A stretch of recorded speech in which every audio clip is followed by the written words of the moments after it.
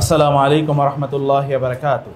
ইন্নাল হামদুলিল্লাহ ওয়াস সালাতু ওয়াস সালামু আলা রাসূলিল্লাহ ওয়া আলা আলিহি ওয়া আসহাবিহি ওয়া মান ওয়ালা, আম্মা বা'দু, ফাআউযু বিল্লাহি মিনাশ শাইতানির রাজীম। বিসমিল্লাহির রহমানির রহিম।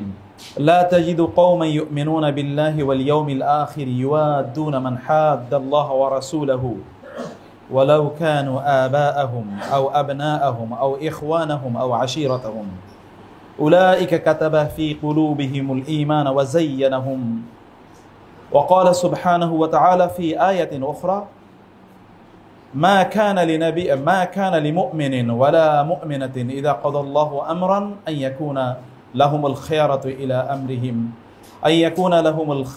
في أمرهم إلى آخر الآية. وقال النبي صلى الله عليه وسلم: والله لا يؤمن أحدكم حتى أكون أحب إليه من والده وولده والناس أجمعين. আল্লাহ সুবহানাহু ওয়া তাআলা শুকর আদায় করছি, যিনি আমাদেরকে Sylhet metropolitan university Islamic studies আর ইসলামিক সোসাইটি কর্তৃক আয়োজিত আজকের এই সেমিনারে অংশগ্রহণের তৌফিক দান করেছেন এবং বলি আলহামদুলিল্লাহ। রাসূলুল্লাহ সাল্লাল্লাহু আলাইহি ওয়াসাল্লামের উপর দরুদ এবং সালাম বর্ষিত হোক। আল্লাহুম্মা সাল্লি ওয়া সাল্লিম ওয়া বারিক আলা নাবিয়িকা মুহাম্মদ। আল্লাহুম্মা সাল্লি আলাইহি আল্লাহুম্মা বারিক আলাইহি। রাসূলুল্লাহ সাল্লাল্লাহু আলাইহি ওয়াসাল্লাম যখন মক্কা থেকে মদিনার দিকে হিজরত করে যাচ্ছিলেন, এমন একটা অবস্থায় আবু বকর রাদিয়াল্লাহু তাআলা আনহু কখনো সামনে যাচ্ছেন এবং কখনো তিনি পেছনে যাচ্ছেন। একবার দৌড়ে রাসূল সাল্লাল্লাহু আলাইহি ওয়াসাল্লামের সামনে যাচ্ছেন, আবার দৌড়ে রাসূলের পিছনে আসছে। রাসূলুল্লাহ সাল্লাল্লাহু আলাইহি ওয়াসাল্লাম বললেন, তুমি দৌড়ে একবার সামনে যাচ্ছ, একবার পেছনে আসছো। আপনি একবার দৌড়ে সামনে যাচ্ছেন, একবার পেছনে আসছেন, কেন এমনটি করছেন? আবু বকর রাদিয়াল্লাহু তাআলা বলেন, ইয়া রাসূলুল্লাহ, যখন আমি পেছনে থাকি তখন আমার মনে হয় সামনে থেকে কেউ আপনাকে আক্রমণ করছে কিনা, এবং সে কারণে আমি স্থির থাকতে পারি না, আমি সামনে দৌড়ে যাই। আবার যখন সামনে যাই তখন আমার মনে হয় কেউ আপনাকে পেছন থেকে আক্রমণ করছে কিনা, এই কারণে আমি পেছনে দৌড়ে আসি। আমি স্থির থাকতে পারি না, কারণ আপনার গায়ে আঘাত লাগার পূর্বে আমার গায়ে আগে আঘাত, আপনাকে কে আক্রান্ত করার পূর্বে আমাকে আক্রান্ত করে, আমি যেন আক্রান্ত করি, সেই কারণে আমি সামনে দৌড়ে যাই। রাসূলুল্লাহ সাল্লাল্লাহু আলাইহি ওয়াসাল্লাম একবার তিনি খেতে বসেছেন। খেতে বসার পর প্লেটের মধ্যে যে খাবারগুলো ছিল সেগুলো তিনি খুঁজে খুঁজে খাচ্ছেন, এবং কোথাও কোথাও একটু খাবারের কণা পড়েছিল, তিনি খুঁটে সেটা খাচ্ছিলেন। যিনি হাদিসটি বর্ণনা করছেন আনাস রাদিয়াল্লাহু তাআলা আনহু, তিনি বললেন, আমি জানার চেষ্টা করলাম তিনি এত মনোযোগের সাথে, এত লাভিংলি কি এত খুঁজে খুঁজে খাচ্ছেন, এই খাবারটা কতটা মজাদার, এই খাবারটি কতটা টেস্টি। আমি জানলাম যে তিনি যেটি খাচ্ছেন সেটি হচ্ছে, আমরা যেটাকে বলছি লাউ, এটা তিনি খাচ্ছেন। আমার মনে হলো তিনি এটাকে প্রচণ্ড পছন্দ করেন, ভালোবাসেন, এবং সেই দিন থেকে লাউকে আমার খাবারের তালিকায় 1 নম্বরে রেখেছি, কারণ তিনি এটি খেয়েছেন, তিনি এটিকে পছন্দ করেছেন। I made my love for food or the item of food commensurate with the love of the Prophet sallallahu alaihi wasallam for the kind of food. যে খাবারটা তিনি পছন্দ করেছেন তার অ্যালাইনমেন্টে আমি আমার খাবারটাকে নিয়ে গেছি। These are tokens of love of the Prophet sallallahu alaihi wasallam. These are tokens of love of the companions of the Prophet sallallahu alaihi wasallam for the Prophet sallallahu alaihi wasallam. These are indications of obedience and allegiance of the companions of the Prophet sallallahu alaihi wasallam to the Prophet sallallahu alaihi wasallam. সাহাবায়ে কেরামের রাসূলের প্রতি ভালোবাসা এবং সাহাবায়ে কেরামের রাসূলের প্রতি আনুগত্যের এরকম হাজারো এক্সাম্পল সিরার পাতা জুড়ে রয়েছে।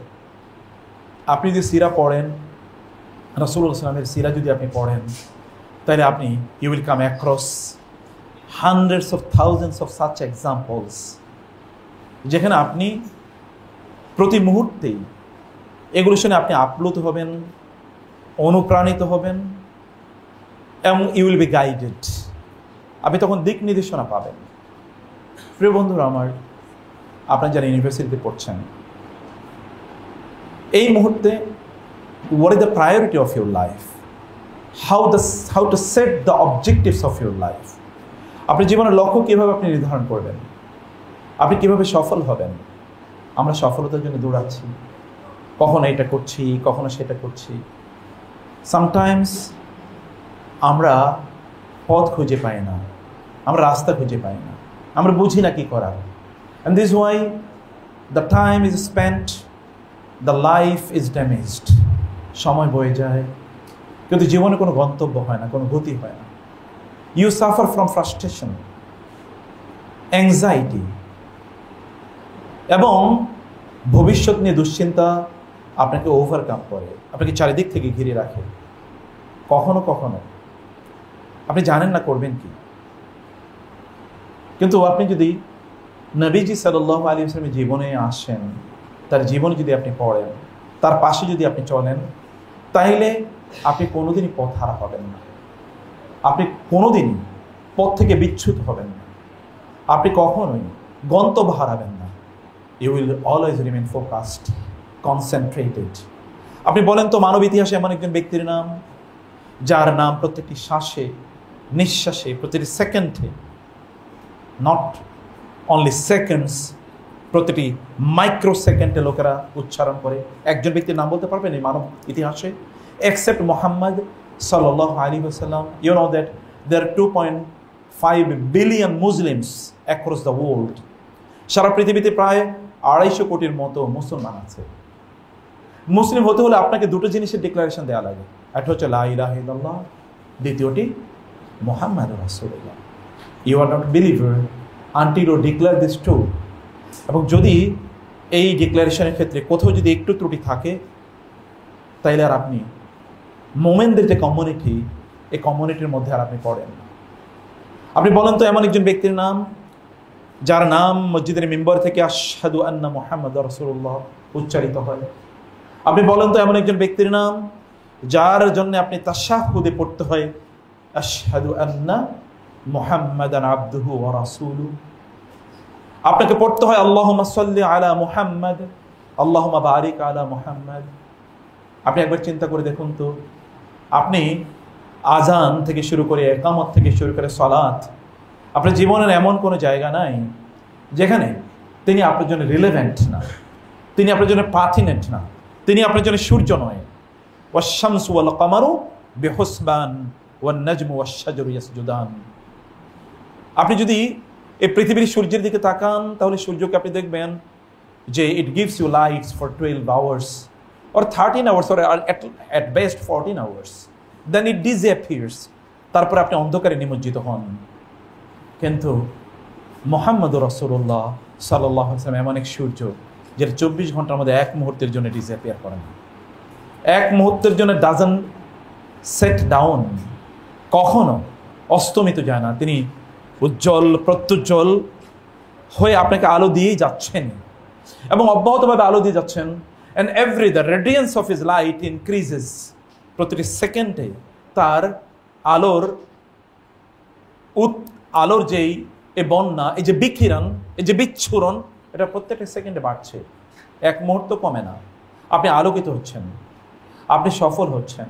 যদি সফলতার জন্য আপনি দৌড়ান, আপনি যদি আপনাদের ক্যারিয়ারকে তৈরি করতে চান, in any sense of the term, যে কোনো অর্থেই ক্যারিয়ার যদি আপনি তৈরি করতে চান, brothers and sisters, across your gender identity, across your age, beyond your age limit, আপনি কোন জায়গায় যেতে চান, আপনি what is your role in the society, what is the capacity you are working in, আপনি কোন ক্যাপাসিটিতে কাজ করেন, you are student, you are young man, you are an old aged person, আপনি একজন প্রফেসর, আপনি একজন লেকচার, আপনি একজন worker, what is your capacity, you are a poor man, you are a rich man, you are a businessman, you are a military commander in the battle field, আপনি যুদ্ধের ময়দানে একজন সৈনিক, একজন সেনাপতি, you are a friend, you are an foe, আপনি একজন বন্ধু অথবা আপনি একজন শত্রু। What capacity you are working in, আপনি কোন ক্যাপাসিটিতে কাজ করবেন যেখানে তিনি he doesn't shed his light upon you, তিনি আপনাকে আলো দেন না, এমন একটা জায়গা বলেন তো। ফাদার হিসেবে আপনি তাকে কেবল আদর্শ হিসেবে নিতে হবে, আর কাউকে আপনি আদর্শ বিনিয়ে নিতে পারেন না। আপনি যদি প্রেসিডেন্ট হতে চান, আপনি যদি লিডার হতে চান, আপনি যদি এমপ্লয়ি হতে চান, তাহলে আপনি তাকে ছাড়া কাউকে খুঁজে পাবেন না। আপনি পৃথিবীর শ্রেষ্ঠতম মানুষদের কেবল একটা এরিয়া অফ লাইফে আপনি তাকে আদর্শ হিসেবে গ্রহণ করতে পারেন। হতে পারে তিনি তার ফ্যামিলিতে আদর্শ, হতে পারে তিনি তার রাষ্ট্রে আদর্শ, হতে পারে তিনি কেবল বক্তব্যে আদর্শ, হতে পারে তিনি যুদ্ধের ময়দানে আলেকজান্ডার দ্য গ্রেটের মতো আদর্শ, অথবা গ্রেট ভিক্টোরিয়াস, তিনি অনেক বড় বিজেতা এরকম কোনো নেতা, অথবা কোনো পলিটিশিয়ান, অথবা তিনি বিজনেসম্যান এরকম কোনো, অথবা তিনি সায়েন্টিস্ট, অথবা তিনি ফিলোসফার, অথবা তিনি পয়েট, অথবা তিনি একজন নোবেল লরিয়েট। কোন একটা জায়গায় আপনি কেবল একটা জায়গায় একজনকে আদর্শ হিসেবে নিতে পারেন। বাট মুহাম্মদ সাল্লাল্লাহু আলাইহি ওয়াসাল্লাম is the only man who is your real hero in all aspects of your life. আপনার জীবনে এমন কোনো সময় নাই, এমন কোনো অঙ্গন নাই। আপনি যদি বলেন আপনার এইজ, আপনি একজন শিশু, তাহলে তিনি আপনার জন্য আদর্শ। যদি আপনি বলেন আপনি একজন কিশোর, তিনি আপনার জন্য আদর্শ। যদি আপনি বলেন আপনি একজন ইয়াং ম্যান, তিনি আপনার জন্য আদর্শ। আপনি ইউনিভার্সিটিতে পড়েন, তিনি আপনার জন্য মোস্ট পার্টিনেন্ট আদর্শ। যদি হন আপনি একজন কৃষক, তাহলে তিনি আপনার জন্য আদর্শ। আপনি যদি পার্টনারশিপ ব্যবসা করেন, তাহলে তিনি আপনার জন্য আদর্শ। আপনি হাজব্যান্ড হতে চান, তিনি আপনার জন্য আদর্শ। আপনি ফাদার হতে চান, তিনি আপনার জন্য আদর্শ। আপনি নানা হতে চান, দাদা হতে চান, তিনি আপনার জন্য আদর্শ। বৃদ্ধদের জন্য তিনি আদর্শ, জীবনে তিনি আদর্শ, এমনকি মৃত্যুর সময় কি করতে হয় তাও তিনি আদর্শ। কিভাবে আপনি সমাজের নেতা হতে চান, তাহলে তাকে ছাড়া আপনি কাউকে খুঁজেই পাবেন না। আপনি কাউকে খুঁজে পাবেন না তাকে ছাড়া। মানুষের কথা কিভাবে শুনতে হয়, আপনি তার কাছে যাবেন, গিয়ে দেখেন মানুষের how to become a good listener. You can become a good speaker and you have many examples in front of you. আপনি এই পৃথিবীতে বহু লোক পাবেন যারা সুন্দর করে কথা বলতে জানে, কিন্তু সুন্দর লিসেনার, খুব ভালো করে শুনে, আপনি তাকে ছাড়া খুঁজে পাবেন। I challenge you in front of this podium, I challenge you and you Google it. আপনি জিজ্ঞেস করেন গুগলকে এই পৃথিবীর সবচেয়ে ভালো লিসেনারকে, আপনি দেখেন তো একজন ভালো লিসেনারের কী কী বৈশিষ্ট্য আছে। আপনি দেখবেন যে তাকে ছাড়া আপনি খুঁজে পাবেন না। যখন তিনি কথা বলেন, যখন কেউ কথা বলেন, তখন তিনি মনোযোগ দিয়ে শোনেন। যখন কেউ তার সাথে সাক্ষাৎ করতে আসেন, তখন তিনি তার সাথে মুসাফা করেন। যখন কেউ তার সাথে মুসাফা করেন, তখন ওই ব্যক্তি হাত ছাড়ানোর আগে তিনি তার হাত ছাড়েন না। তিনি তার ত্রস্ততা দেখান না যে ঠিক আছে আমি গেলাম, না। যতক্ষণ পর্যন্ত তিনি ওই যিনি তার সাথে সাক্ষাৎ করতে এসছেন, অথবা তিনি সাক্ষাৎ করতে গিয়েছেন, তিনি যতক্ষণ পর্যন্ত হাতটা না ছেড়ে দেন, ততক্ষণ পর্যন্ত তিনি হাত ছাড়েন না। যতক্ষণ পর্যন্ত স্পিকার কথায় স্টপ না করেন, ততক্ষণ পর্যন্ত সেখান থেকে তিনি তার চেহারা ফেরান না। যখন তিনি কথা বলেন, যাকে উদ্দেশ্য করে কথা বলেন, তার দিকে তিনি তাকিয়ে থাকেন। ধনী হিসাবে যদি আপনি কাউকে আদর্শ হিসেবে পেতে চান, তাহলে you don't have any other perfect role model accept him. যদি একজন গরিব মানুষ, যারা ঘরে 3 মাস পর্যন্ত রান্না হয় না, তাহলে he is the only example. যদি একজন ধৈর্যশীল মানুষের কথা বলেন, তাহলে he is the only example. যদি আপনি বিশাল পাওয়ারফুল একজন মানুষ, কিন্তু being the most powerful in the society, despite being the most powerful in the society, how to remain obedient, modest. আপনি খুবই প্রভাবশালী, ক্ষমতাশালী হওয়া সত্ত্বেও কিভাবে বিনয়ী হতে হয়, কম্প্যাশনেট কিভাবে হতে হয়, একজন মানুষ বিরক্ত করার পরেও তার উপরে তার সাথে কিভাবে ডিল করতে হয়, আপনি তাকে ছাড়া কাউকেই খুঁজে পাবেন না আদর্শ হিসেবে। মাইকেল এইচ হার্টের নাম আপনি শুনেছেন না? গুগল ইট, দেখেন তো মাইকেল এইচ হার্ট কি বলেছে। খ্রিস্টান, এই পৃথিবীর অন্যতম প্রধান ইনফ্লুয়েন্সিয়াল একজন লেখক। তিনি Muhammad, the most influential 100 man in history, এই পৃথিবীর 100 প্রভাবশালী মানুষের গল্প যখন তিনি বলেছেন, গল্প বলতে গিয়ে তিনি বলেছেন মুহাম্মদ সাল্লাল্লাহু আলাইহি ওয়াসাল্লামকে তিনি বলেছেন এই পৃথিবীর সবচেয়ে প্রভাবশালী মানুষের নাম হলো মুহাম্মদ রাসূলুল্লাহ সাল্লাল্লাহু আলাইহি ওয়াসাল্লাম। এবং তিনি বলেছেন মাই র্যাঙ্কিং অফ মুহাম্মদ। গুগলকে জিজ্ঞেস করেন, দেখেন না গুগল কি বলেছে, বলেন what is the opinion of Michael H heart about Muhammad সাল্লাল্লাহু আলাইহি ওয়াসাল্লাম। এখনই করে দেখেন কি বলেছে। দেখেন, বলেছেন যে my ranking of Muhammad to lead the list of the most influential people on earth. এই পৃথিবীর সবচেয়ে প্রভাবশালী মানুষের মধ্যে আমি মুহাম্মদ সাল্লাল্লাহু আলাইহি ওয়াসাল্লামকে সবচেয়ে প্রভাবশালী বলে উল্লেখ করেছি, এখানে লিখেছি। এটা হতে পারে আমার বহু বন্ধু এবং রিডার তারা এটা কোয়েশ্চেন করতে পারে, কেউ কেউ তার চোখ তুলতে পারে, আপনি এটা কি বলছেন? কিন্তু আমি বুঝে শুনে বলছি, এই পৃথিবীর সকল কনসিডারেশনে, দুনিয়ার কনসিডারেশন এবং দিনের কনসিডারেশন, এই দুই কনসিডারেশনে তার প্যারালাল এই পৃথিবীতে কেউ নাই। This is acknowledged by Michael H Hart. and the people like Michael H. Hart, তার মতো আর কেউ নাই। ঐতিহাসিক লামার্টিন বলেছেন, যদি smallness of means, nobleness of objectives, and astounding results are the three criteria of the genius of the world, then who can compare with Muhammad sallallahu alaihi wasallam? লামার্টিন বলেছে, যদি মানব জাতির মধ্যে শ্রেষ্ঠত্বের মাপকাঠি যদি তিনটা হয়, যে তার উপায় অবলম্বন খুবই কম, তার সামনে খুব বেশি কিছু নাই, কিন্তু তার অবজেক্টিভ অনেক উঁচু, এবং তিনি এমন রেজাল্ট পেয়েছেন যেটা মিরাকুলাস, যেটা ইনকম্পারেবল, তাহলে মোহাম্মদ সাল্লাল্লাহু আলাইহি ওয়াসাল্লামের মতো কে আছে পৃথিবীতে?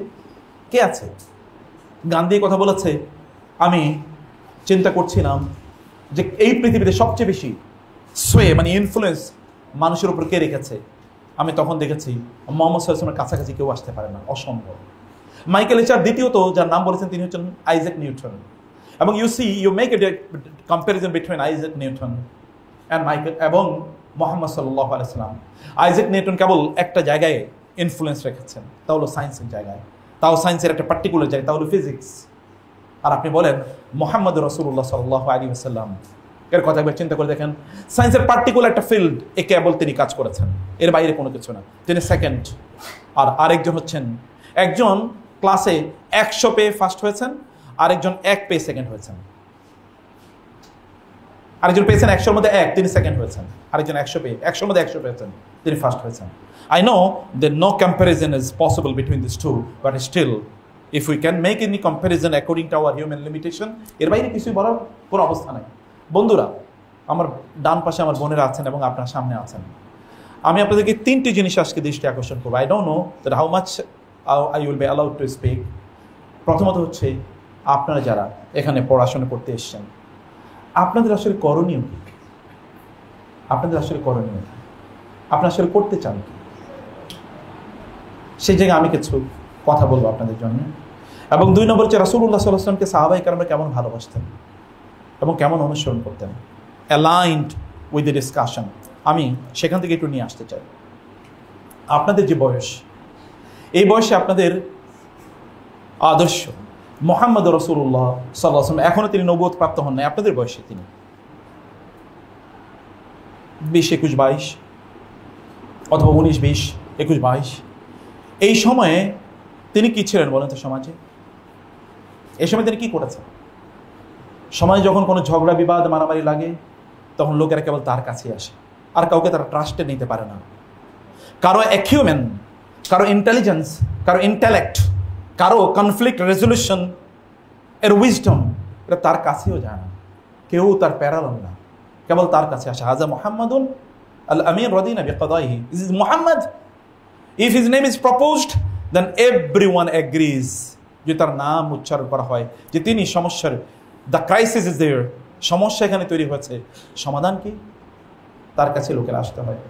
আমাদের ইয়াং জেনারেশন, আপনি যারা ইউনিভার্সিটিতে আছেন, আপনারা বলেন তো, আপনার part of crisis or part of problem নাকি পার্ট অফ সলিউশন? বলতে পারেন? আপনাকে প্রবলেমের পার্ট নাকি সলিউশনের পার্ট? অনেকে বলবেন না। আমি জানি, I know for certain most of us are part of problem. আমরা প্রবলেম তৈরি করি, সলিউশন বুঝি না। কোথাও গেলে আগে মারামারি করি, কারণ আমার শরীরে শক্তি আছে।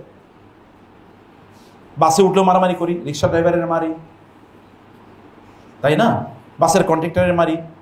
কোনো বাস কেন আমার সাথে ডিস্টার্ব করলো, ওই এলাকার বাস সব ভাঙচুর করে দিই, ওইখানে গিয়ে আগুন লাগাই, ওইখানে মারামারি করি, কথা হলে কাজ বর্জন করি, অথবা কি মিছিল মিটিং ইত্যাদি। এগুলো বাইরে আমাদের কোনো কিছু নাই।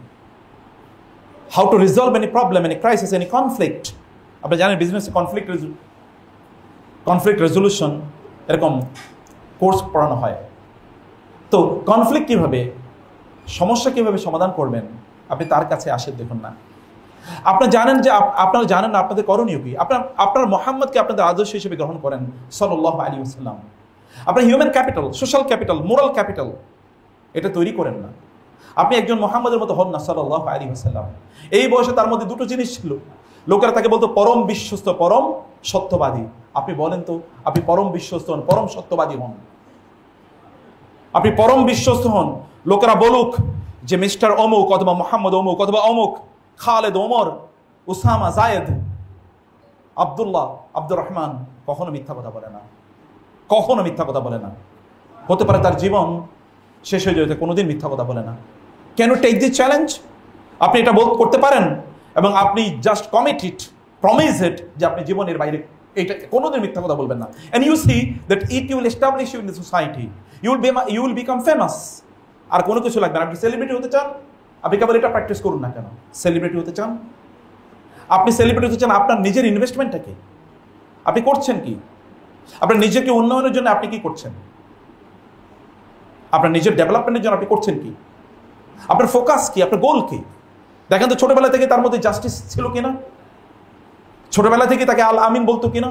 তিনি যখন তার মায়ের দুধ, অর্থাৎ তার মায়ের দুধ যখন তিনি খান, তার বয়সের একই বয়সে, তখন তার বয়স দেড় বছর, এরকম একটা অবস্থায় তার মায়ের দুধ তিনি একটা খান, আরেকটা খান না, কারণ একই বয়সের একটা ছোট ভাই আছে তার। What sort of justice it is? এটা কিভাবে সম্ভব? আপনি বলবেন আমি ছোট মানুষ, আমি কিভাবে জানবো? কিন্তু এখন তো আপনি গ্রোন আপ, এখন তো আপনি গ্রোন আপ, এবং তার আশপাশে যারা ছিল, আপনি তার আশপাশে আসলে আপনি মিরাকল দেখবেন, আপনি মৌজা দেখবেন। কিভাবে মৌজা দেখবেন? ছোটবেলা থেকে তিনি যে তার নিজকে আল আমিন হিসেবে প্রতিষ্ঠিত করেছেন, এই তার নিজের মধ্যে তার ইনভেস্টমেন্ট, এই ইনভেস্টমেন্টটা তাকে কিভাবে কাজ করেছে। তার সাথীরা যারা তার আশেপাশে ছিল, এই সাথীরা কি করতে জানেন? সাথীরা যখন একসাথে খেতে বসতো, তখন তার চোখ বন্ধ করে খেত। ভালো করে শোনেন, আপনাকে শুনতে পাচ্ছেন আমার কথা? যখন সাথীরা তার সাথে খেতে বসতো, তার সাথে না, তার সাথীরা, যখন তার সাথীরা মানে তার সাহাবীরা তার কাছ থেকে এই শিক্ষা পেয়ে, আদর্শ পেয়ে, এই আমানতদারিতা পেয়ে যখন তার খেতে বসতো একসাথে, তখন তার চোখ বন্ধ করে খেত।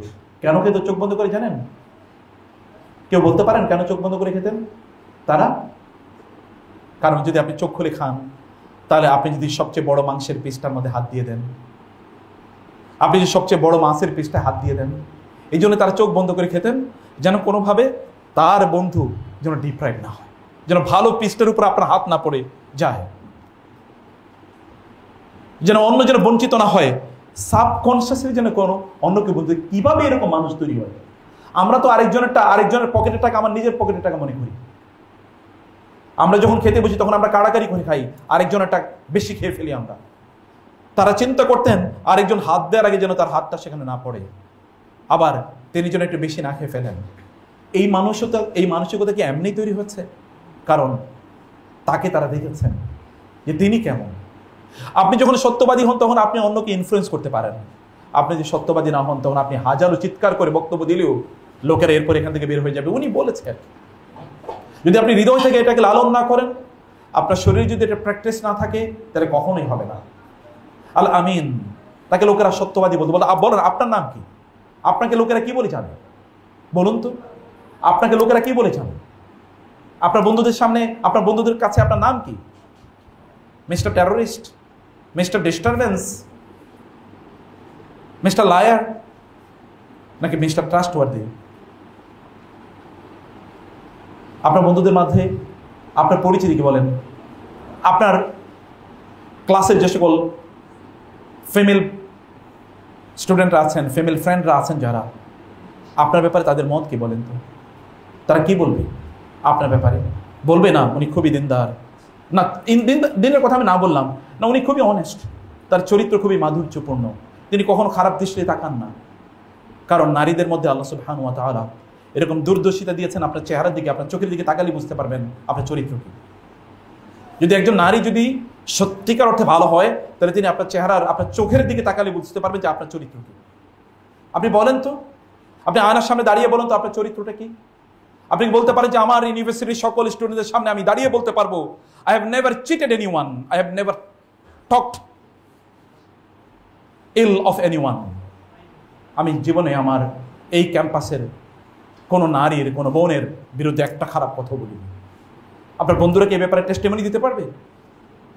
আপনার বন্ধুরা কি এই কথা বলতে পারবে? এর যদি না বলতে পারে, একবার চিন্তা করে দেখেন তো, যখন রাসূলুল্লাহ সাল্লাল্লাহু আলাইহি ওয়াসাল্লামের উপর নবুয়ত আসলো, আসার পর তিনি মানুষকে ডাকলেন, ইয়া মাশারা কুরাইশ, হে কুরাইশরা তোমরা আসো। সবাই দৌড়ে আসলো। Mohammad was so influential in the society. আপনি সেলিব্রিটি হতে চান, ফেক সেলিব্রিটি? সোশ্যাল মিডিয়াতে আপনার কত লোক ফলো আছে, ফলো করে, ইনস্টাগ্রামে কতজন ফলো করে, ফেসবুকে কতজন ফলো করে, ইউটিউবে আপনার ভিডিও কয়জন দেখে, সেই সেলিব্রিটি হতে চান? রিয়েল সেলিব্রিটির কাছে আসুন। যখন লোকদেরকে তিনি ডাকলেন, সবাই সেখানে দৌড়ে গেল, কারণ লোকেরা জানেন মোহাম্মদ ডেকেছে মানে হচ্ছে সাধারণ কোনো বিষয় না, খুবই গুরুত্বপূর্ণ কোনো ঘটনা ঘটেছে। সবাই এভরিওয়ান, সবাই সেখানে দৌড়ে গেল। তিনি পাহাড়ের পাদদেশে দাঁড়ালেন। পাহাড়ের পাদদেশে মানে হচ্ছে তার সামনে মাইক, কারণ একটু উঁচুতে দাঁড়ালে আপনার কণ্ঠটা একটু বেশি জায়গায় পৌঁছে। তিনি সেখানে দাঁড়ালেন, বলে, হে কুরাইশ আসি। সবাই একত্রিত হলো। তিনি তাদেরকে বললেন, আমি যদি তোমাদেরকে বলি এই পাহাড়ের ঠিক অপর প্রান্তে একদল শত্রু তোমাদেরকে আক্রমণ করার জন্য দাঁড়িয়ে আছে, তোমরা কি বিশ্বাস করবে? তারা কি বলেছে বলেন তো?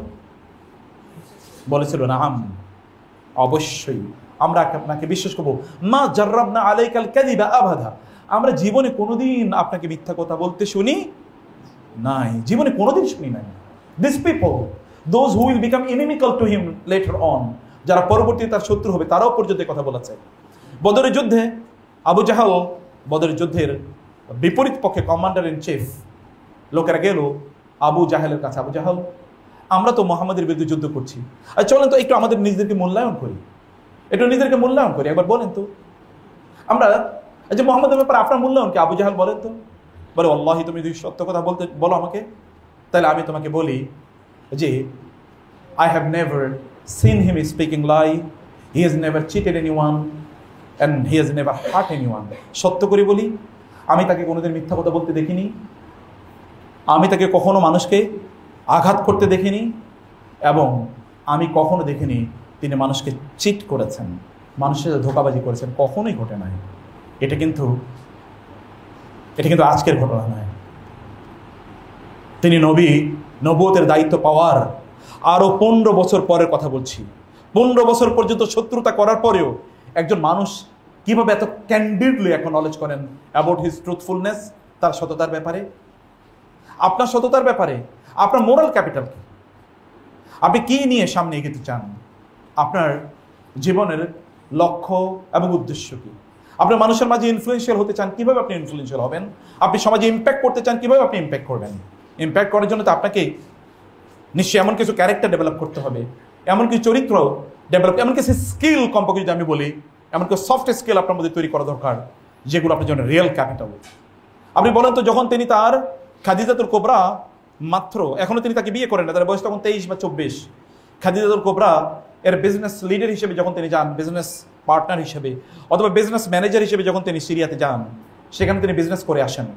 এত পরিমাণ বিজনেস করলেন যে অন্য সময় খাদিজার রাদিয়াল্লাহু তাআলা আনহা তার কৃতদাস এবং তার, আমি আপনাদেরকে বলবো বোনেরা, বাজারে যাবেন, সুন্দর সুন্দর বই আছে, বিলিভ মি, আমাদের আজকে 2টা বই আছে এখানে। এটা হচ্ছে মায়েরা, আসলে সোনালী যুগের এই যে বড় বড় মানে ইসলামিক স্কলার যাদের কথা বললাম, তাদের মায়েরা কিভাবে তাদের সন্তানদেরকে লালন পালন করেছেন তার উপর একটা বই। আর একটা হলো গোটা জীবন জুড়ে নাসিহা দরকার আমাদের, কোন পদ্ধতিতে আমাদের জীবনটা পরিচালনা করবো। দুটো বই আপনারা নিয়ে যাবেন, এটা মাস্ট রিড, বাসায় বসে পড়বেন, বাচ্চাদেরকে নিয়ে পড়বেন, পড়াবেন, এবং অন্যদেরকে আপনারা গিফট করবেন, আত্মীয় স্বজনদেরকে, বোনদেরকে গিফট করবেন, বান্ধবীদেরকে গিফট করবেন, অন্য কিছু গিফট করছেন, হাদিয়া, বই, মানে অন্য কিছু যেটা আপনারা ঈদের সময় দিতেন, বাবাকে বই, 1-2টা বই তাদেরকে দেন, কালচার তৈরি হোক। আমি আমার জীবনে দেখেছি বাংলাদেশের একজন বড় ইসলামী ব্যাংকের প্রতিষ্ঠাতা সহ ইসলামিক ইউনিভার্সিটিগুলোর প্রতিষ্ঠাতার মধ্যে একজন, এত বড় স্কলার বাংলাদেশে খুব কম এসছে, আমাকে বলতে, চাচা আমি প্রতি মাসে 30-40 হাজার টাকার বই গিফট করি। আমি বললাম, সুবহানাল্লাহ, সাদাকায়ে জারিয়ার কি বিশাল বড় কাজ। বান্ধবীদেরকে বই গিফট করেন, তাদেরকে বলেন কিভাবে তারা ভালো মানুষ হবে, তারা ভালো মানুষ কিভাবে বানাবে, এটা তাদের মধ্যে তৈরি করা, ওদের মধ্যে সেলফ এস্টিম তৈরি করা, বাচ্চাদের মধ্যে সেলফ এস্টিম। মাইসারা এসে বললেন যে গত 40 বছর খাদিজার ব্যবসা আমরা করছি, গত 40 বছর এই পর্যন্ত খাদিজা বাবা তার বাবার ব্যবসা করেছি, এত ব্যবসা কোনোদিন করতে পারি নাই, অন্য সময়ের চেয়ে প্রায় 4 গুণ বেশি ব্যবসা করেছি। এই স্কিল তিনি কোত্থেকে অর্জন করলেন? আমি কেবল এই স্কিলের কথাই বলছি আপনাদেরকে। আগে আপনাকে যদি এখন ব্যবসা করতে দেওয়া হয়, আপনাকে 1 লাখ টাকা দেওয়া হলো, আপনাকে যদি বলা হয় যে 1 মাস পরে আপনি 1 লাখ টাকা 50,000 টাকা করে নিয়ে আসবেন, কারণ আপনি ব্যবসা বুঝেন না, আপনার স্কিল ডেভেলপ করে নাই। তিনি তো 1 লাখ টাকাকে 4 লাখ টাকায় পরিণত করে নিয়ে এসেছেন 1 মাসের মধ্যে। 1 লাখ টাকায় তিনি 4 লাখ টাকায় করে নিয়ে এসেছেন 1 মাসের মধ্যে। এবং তিনি জানেন সমাজে কোনটা ডিমান্ড বেশি, তিনি মার্কেট ইকোনমি বুঝেন, তিনি মার্কেট ডিমান্ড বুঝেন, তিনি মানুষের কোনটার প্রতি কোন জিনিসটা মানুষের প্রয়োজন, he understand the market, the dynamics of the market. তিনি সমাজের বাজারে তিনি অবস্থা বুঝেন। যারা বিজনেসে পড়েন কেবল বিজনেসে পড়লেই বিজনেসম্যান হওয়া যায় না, কেবল বিজনেসে পড়লেই বিজনেসম্যান হওয়া যায় না। ওয়ারেন বাফেট পৃথিবীর সবচেয়ে বড় ধনী মানুষ, হার্ভার্ডে তিনি অ্যাপ্লাই করেছিলেন, হার্ভার্ড বিজনেস স্কুলে। পড়ার জন্য, কেউ তাকে রিজেক্ট করেছে। এখনও হার্ভার্ড বিজনেস স্কুলের সবচেয়ে বড় ব্যর্থতা হিসেবে এটাকে দেখানো হয় যে ওইখানে তাকে ভর্তি নেওয়া হলো না বিজনেস স্কুলে। বিজনেস করার জন্য বিজনেস স্কুলে পড়ার প্রয়োজন নাই। তিনি কোন স্কুলে পড়েছেন, কিন্তু তার মধ্যে ক্যাপিটাল ডেভেলপ করেছেন, তিনি সেই এক্সপিরিয়েন্স, তিনি সেই স্কিল ডেভেলপ করেছেন, তিনি ব্যবসা করে এসেছেন।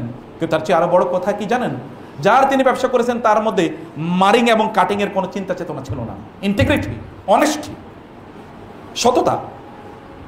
এবং মাইসার এসে বলেছেন, ওয়াল্লাহি, আল্লাহর কসম করে বলেছি, মোহাম্মদের একটা অবজেক্টিভ ছিল, how to raise the profit ratio, profit level, কীভাবে প্রফিট লেভেলগুলো বাড়ানো যায়।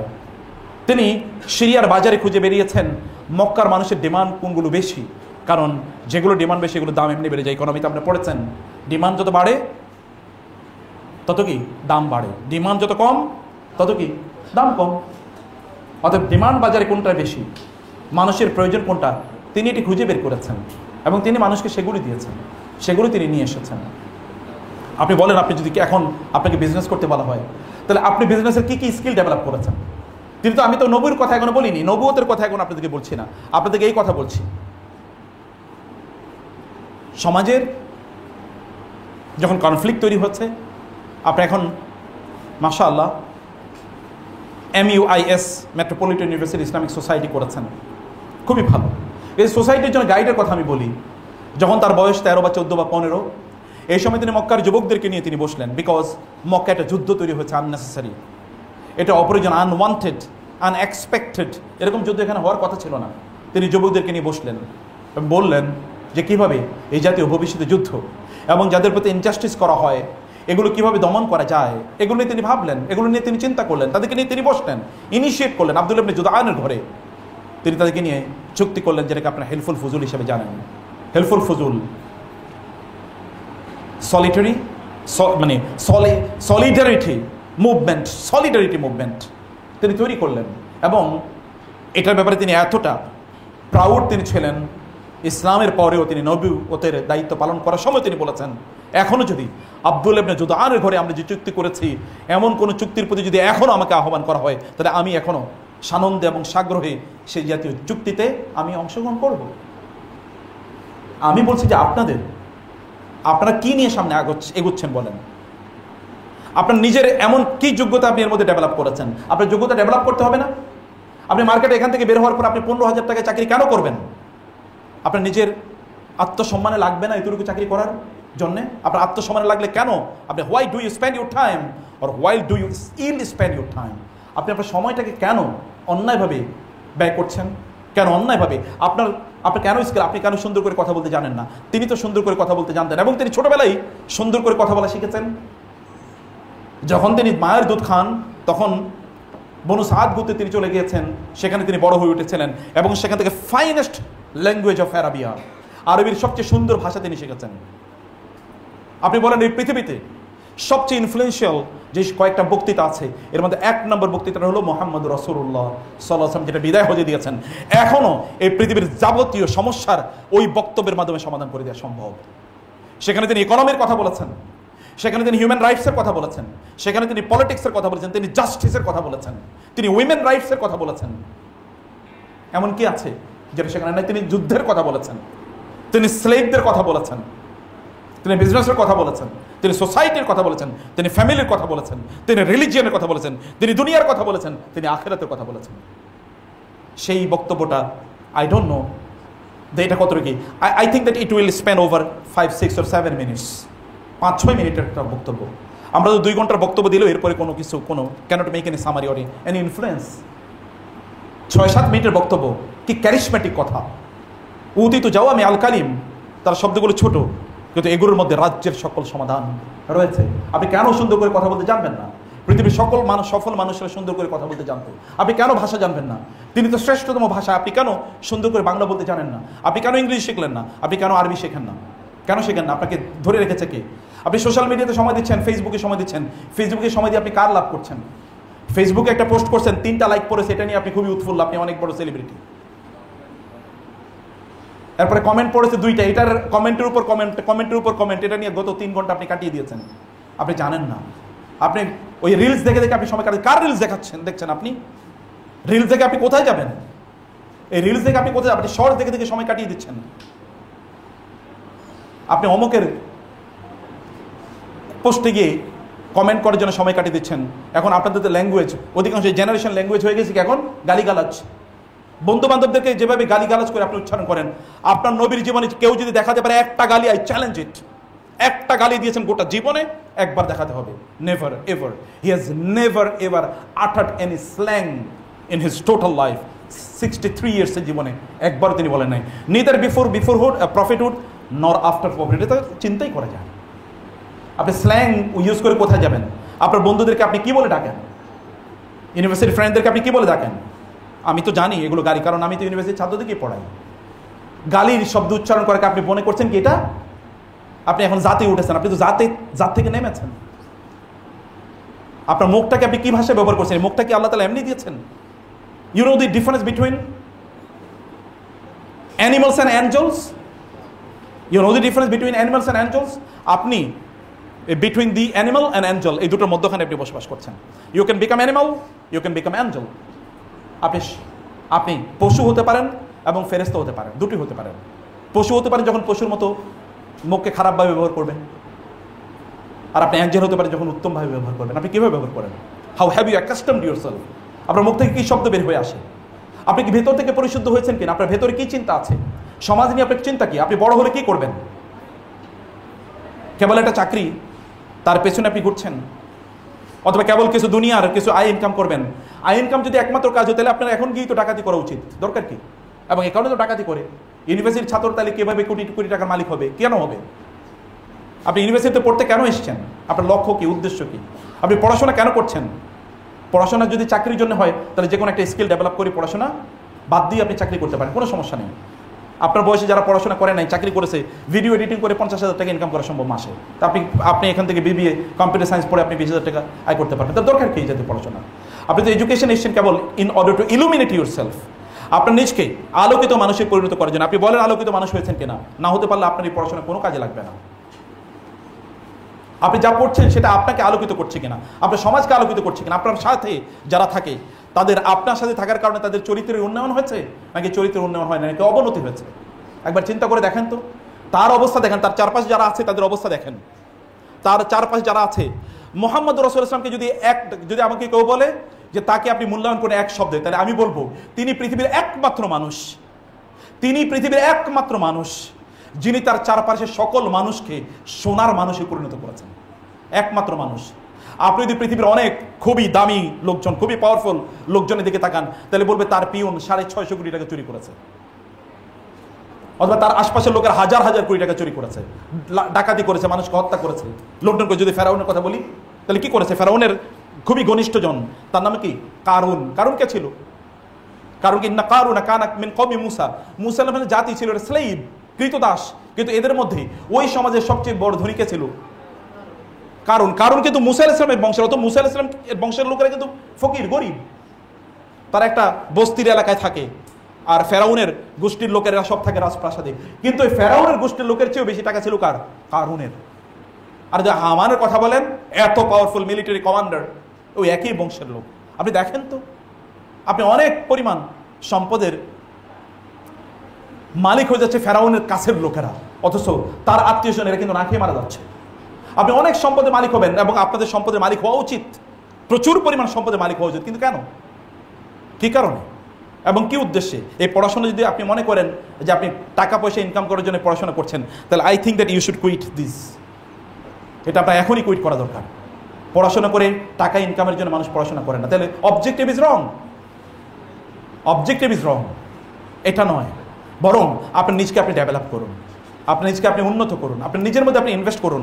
ইনভেস্টমেন্ট করতে হলে আপনাকে আলাদা থাকতে হবে, নির্জন থাকতে হবে, একা একা চিন্তা করতে হবে, ভাবতে হবে। আপনার নিজকে নিয়ে আপনি কবে ভাবছেন? আপনার তো কতক্ষণ পরে সোশ্যাল মিডিয়ার, ইউটিউবের নোটিফিকেশন আসে, ফেসবুকের নোটিফিকেশন আসে, ইনস্টাগ্রামের নোটিফিকেশন আসে, লিঙ্কডইনের নোটিফিকেশন আসে, অথবা কখনো কখনো টুইটারের নোটিফিকেশন আসে, কখনো কখনো কি ওইটাকে স্ন্যাপচ্যাট না, হ্যাঁ, স্ন্যাপচ্যাটের নোটিফিকেশন আসে। এরকম কোনো কিছু নোটিফিকেশন আপনার আসছে, আপনি ওটা নিয়ে ব্যস্ত, আপনি পড়তে বসেছেন, আপনি নোটিফিকেশনের জ্বালায় আপনি পড়তে পারেন না। আপনি জানেন, এমনকি বিজ্ঞান তো বলছে, কারো যদি একবার কনসেন্ট্রেশন ব্রেক হয়, আবার নতুন করে কনসেন্ট্রেশন আসার জন্য 23 মিনিটস লাগে। আপনি কিভাবে এক্সেলেন্স অর্জন করবেন? আপনার সাবজেক্টে আপনি কেন আপনার ইউনিভার্সিটি সেরা না? কেন সেরা না? আপনার পিতামাতার সম্পদ আপনি কেন অন্যায়ভাবে ব্যয় করলেন? কেন অন্যায়? আপনার এই golden period of your time, যে সময় আপনি গোটা পৃথিবী, আপনার বয়সীরা দেখেন না, আলেকজান্ডার দ্য গ্রেট, যদি আমি সেকুলারদের কথা বলি আর যদি মুসলিমদের কথাবার্তা বলি, আপনি একবার চিন্তা করেন আব্দুল্লাহ ইবনে আব্বাস, যার বয়স 18, তখন গোটা পৃথিবীর মানুষ তার কাছে পড়তে যায়। ইবনে আব্বাসের কথার বাইরে এরপরে যে আমি আরো পরের জেনারেশনের কথা বলি, ইবনে তাইমিয়াদের কথা যদি বলি, অথবা ইবনুল কাইয়িমদের কথা, ইমাম আবু হানিফার কথা বলি, ইমাম শাফির কথা বলি, ইমাম মুসলিমের কথা বলি, দেখেন না 15-16 বছর বয়সে তারা পৃথিবীর সবচেয়ে দামি প্রফেসর অফ দেয়ার সাবজেক্টস। তাদের সাবজেক্ট আপনি হতে পারতেন, আপনি যে কোনো সাবজেক্টের উপর 1 বছর পর্যন্ত প্রতিদিন 1 ঘন্টা করে পড়ে দেখেন তো আপনার প্যারালাল পৃথিবীতে কেউ আসে কিনা? আপনার ইউনিভার্সিটিতে কেউ আপনার প্যারালাল আসতে পারবে না। কেবল 1 ঘন্টা ব্যয় করেন ওই সাবজেক্টে। এবং আমি আপনাদেরকে বলি যে প্রতিদিন 1 ঘন্টা করে ইংরেজি পড়েন, 1 বছর পরে দেখেন আপনার ইউনিভার্সিটির প্রফেসরই আপনার সাথে ইংরেজিতে পারে কিনা।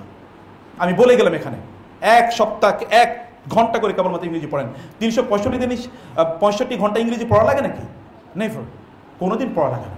আপনি দেখেন রাসূলুল্লাহ সাল্লাল্লাহু আলাইহি ওয়াসাল্লামের কাছে একজন আসলেন, যায়েদ ইবনে সাবিত, যুদ্ধে তিনি যেতে পারলেন না, তিনি কাঁদছেন। তার মা নিয়ে আসলেন যায়েদ ইবনে সাবিতকে, ইয়া রাসূলুল্লাহ, যায়েদ ইবনে সাবিত যুদ্ধে যেতে পারেন, এখানে কাঁদছে, তাকে আপনি কিছু একটা কাজে ব্যয় করেন, ব্যবহার করেন। রাসূল যায়েদকে ডাকলেন, যায়েদ আসো, এদিকে আসো, তুমি হিব্রু ভাষা শেখো, কারণ ইহুদিদেরকে আমি খুব নিরাপদ মনে করি না, ওরা ধর্মগ্রন্থ বিকৃত করে ফেলে, তুমি হিব্রু ভাষা শেখো। তিনি বলেন রাসূল আমাকে যেহেতু এনকারেজ করেছে, আমি গেলাম, আমি 14 দিন ইন্টেন্সিভলি এই ভাষাটা পড়লাম, 14 দিন ওই ভাষার আমি এক্সপার্ট হয়ে গেলাম। এটা একটা স্ট্যান্ডার্ড, এটা একটা স্ট্যান্ডার্ড। দেখেন না বিভিন্ন জায়গায় বলা থাকে 7 দিন ইংরেজি ভাষায় আপনাকে স্কিল করে দেবে। আমি বুঝি এটা বোগাস, কিন্তু তারপর আপনি 7 দিন পড়ে দেখেন না। আমি 7 দিনের কথা আমি বলছি, 1 মাস 1 বছর আপনি করেন, 1 আওয়ার 23 ঘন্টার কথা আমি কিন্তু বলি নাই আপনাকে, 23 ঘন্টার কথা বলি না। আপনি 10 মিনিট করে যে কোনো একটা সাবজেক্টে ফোকাস করেন, আপনি এটা করবেনই। মেক ইট ইনএভিটেবল, এটা আনচেঞ্জেবল, এটা আপনি কোনোদিন পরিবর্তন করবেন না, এইটাই আপনি করেই যাবেন, এটা কন্টিনিউয়াসলি করবেন, এটা কোনোদিন পরিত্যাগ করবেন। আপনি এটা করেই দেখেন কি ঘটে, আপনি করেই দেখেন। আপনি ফিজিক্সে পড়েন প্রতিদিন, আপনি সবচেয়ে নতুন জার্নালগুলো পড়েন, নতুন কি বই আছে পড়েন, গুগলে সার্চ দেন, মানে ফিজিক্সের উপর, কেমিস্ট্রির উপর, কম্পিউটার সায়েন্সের উপর আপনি বলেন কি কি অ্যাপ্লিকেশন আপনার কম্পিউটার সায়েন্সের সাবজেক্টে পড়া লাগে নাকি এর উপর এক্সপার্ট হওয়ার জন্য? আপনি কি ইউটিউবে কি এরকম লেকচার অ্যাভেলেবল না? হাজারও আছে, কেন আপনি সেগুলো পড়বেন না? কেন আপনি সেই জাতীয় স্কিল অর্জন করবেন না? আপনি তো উম্মার সম্পদ, আপনি মানব জাতির সম্পদ। আপনার পেছনে এই বিশ্ববিদ্যালয়ের কি খরচ নাই?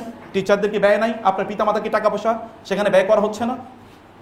তাহলে মৌলিকভাবে আমাদের প্রবলেম হলো আমরা ফোকাস হারিয়ে ফেলেছি, আমরা ফোকাস হারিয়ে ফেলেছি। আপনি ফোকাসটাকে ধরে রাখেন। আপনার ফজরের পরে সকালবেলা আপনার ঘুমান কিভাবে? স্টুডেন্টরা ফজরের পরে ঘুমায় কিভাবে? স্টুডেন্ট রাত জাগে কিভাবে? আপনি দিনকে রাত বানিয়েছেন, রাতকে দিন বানিয়েছেন, আপনি কিভাবে দুনিয়া সফল হবেন?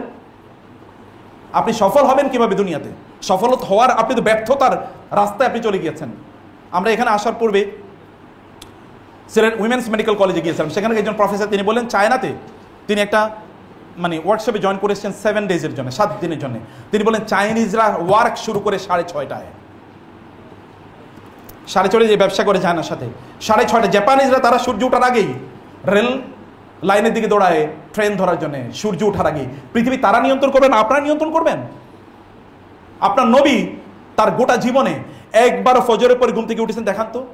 একবার কেবল ঘটেছে। বেলালকে তিনি বলেছিলেন, বেলাল আমরা যুদ্ধ থেকে এসেছি, ক্লান্ত, ঘুমিয়ে পড়লাম, তুমি পাহারা দিও, তুমি আমাদেরকে তাহাজ্জুদের জন্য ফজরের জন্য জাগিয়ে দিও। বেলাল নিজেও ঘুমিয়ে পড়ছে। সূর্য যখন উঠলো, সূর্যের তাপ যখন তার গায়ে লাগলো, হুড়মুড় করে উঠলেন, এই কি ব্যাপার, ডাকলা না? ইয়া রাসূলুল্লাহ আমিও ঘুমিয়ে পড়ছি। একবার, only once in his life, গোটা জীবনে ঘটেছে। আর আপনার গোটা জীবনে ফজর আগে উঠছেন, এটা একবার ঘটতে পারে।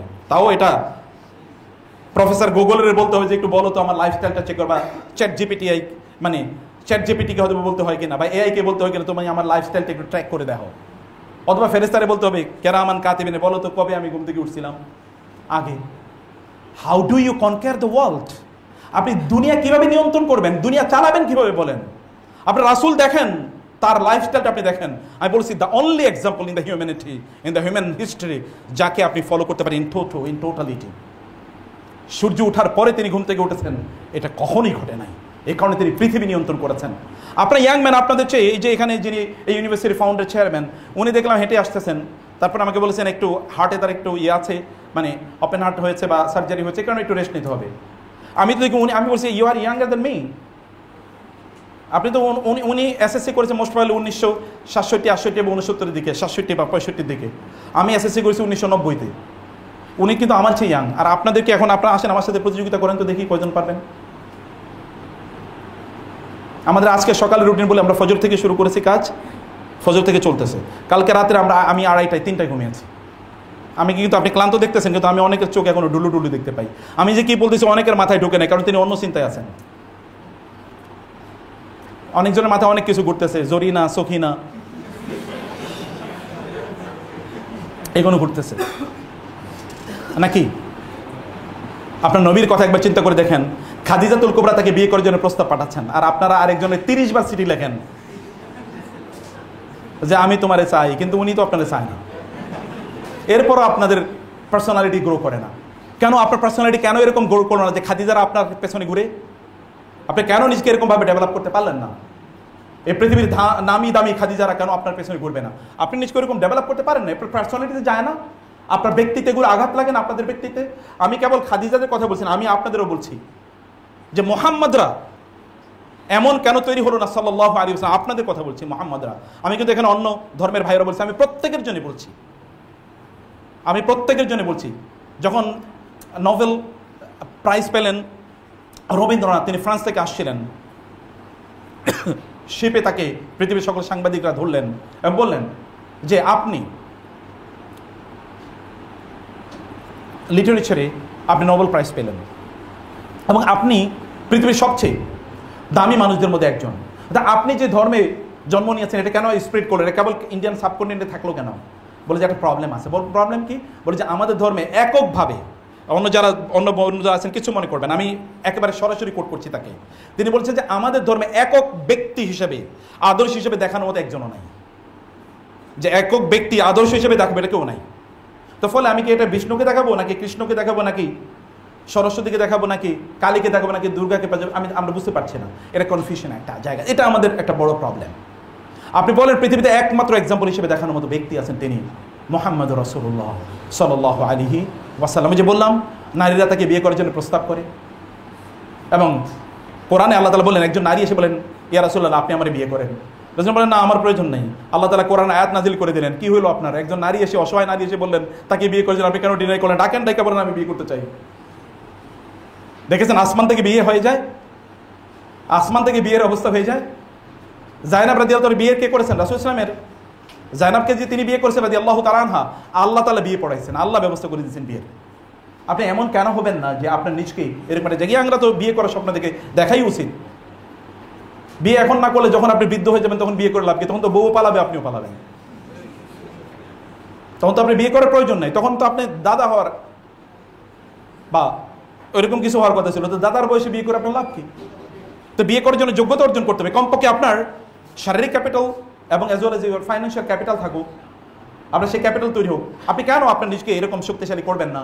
আমি আপনাদেরকে বলবো বোনেরা, বাজারে যাবেন, সুন্দর সুন্দর বই আছে, বিলিভ মি। আমাদের আজকে 2টা বই আছে এখানে। এটা হচ্ছে মায়েরা আসলে সোনালী যুগের এই যে বড় বড় মানে ইসলামিক স্কলার যাদের কথা বললাম, তাদের মায়েরা কিভাবে তাদের সন্তানদেরকে লালন পালন করেছেন তার উপর একটা বই। আর একটা হলো গোটা জীবন জুড়ে নাসিহা দরকার আমাদের, কোন পদ্ধতিতে আমাদের জীবনটা পরিচালনা করবো। দুটো বই আপনারা নিয়ে যাবেন, এটা মাস্ট রিড। বাসায় বসে পড়বেন, বাচ্চাদেরকে নিয়ে পড়বেন, পড়াবেন, এবং অন্যদেরকে আপনারা গিফট করবেন, আত্মীয় স্বজনদেরকে, বোনদেরকে গিফট করবেন, বান্ধবীদেরকে গিফট করবেন। অন্য কিছু তো গিফট করছেন, হাদিয়া, বই, মানে অন্য কিছু যেটা আপনারা ঈদের সময় দিতেন, আমাকে বই, 1-2টা বই তাদেরকে দেন, কালচার তৈরি হোক। আমি আমার জীবনে দেখেছি বাংলাদেশের একজন বড় ইসলামী ব্যাংকের প্রতিষ্ঠাতা সহ ইসলামিক ইউনিভার্সিটিগুলোর প্রতিষ্ঠাতার মধ্যে একজন, এত বড় স্কলার বাংলাদেশে খুব কম এসছে। আমাকে বলতে চাচা আমি প্রতি মাসে 30-40 হাজার টাকার বই গিফট করি। আমি বললাম সুবহানাল্লাহ, সাদাকায়ে জারিয়ার কি বিশাল বড় কাজ।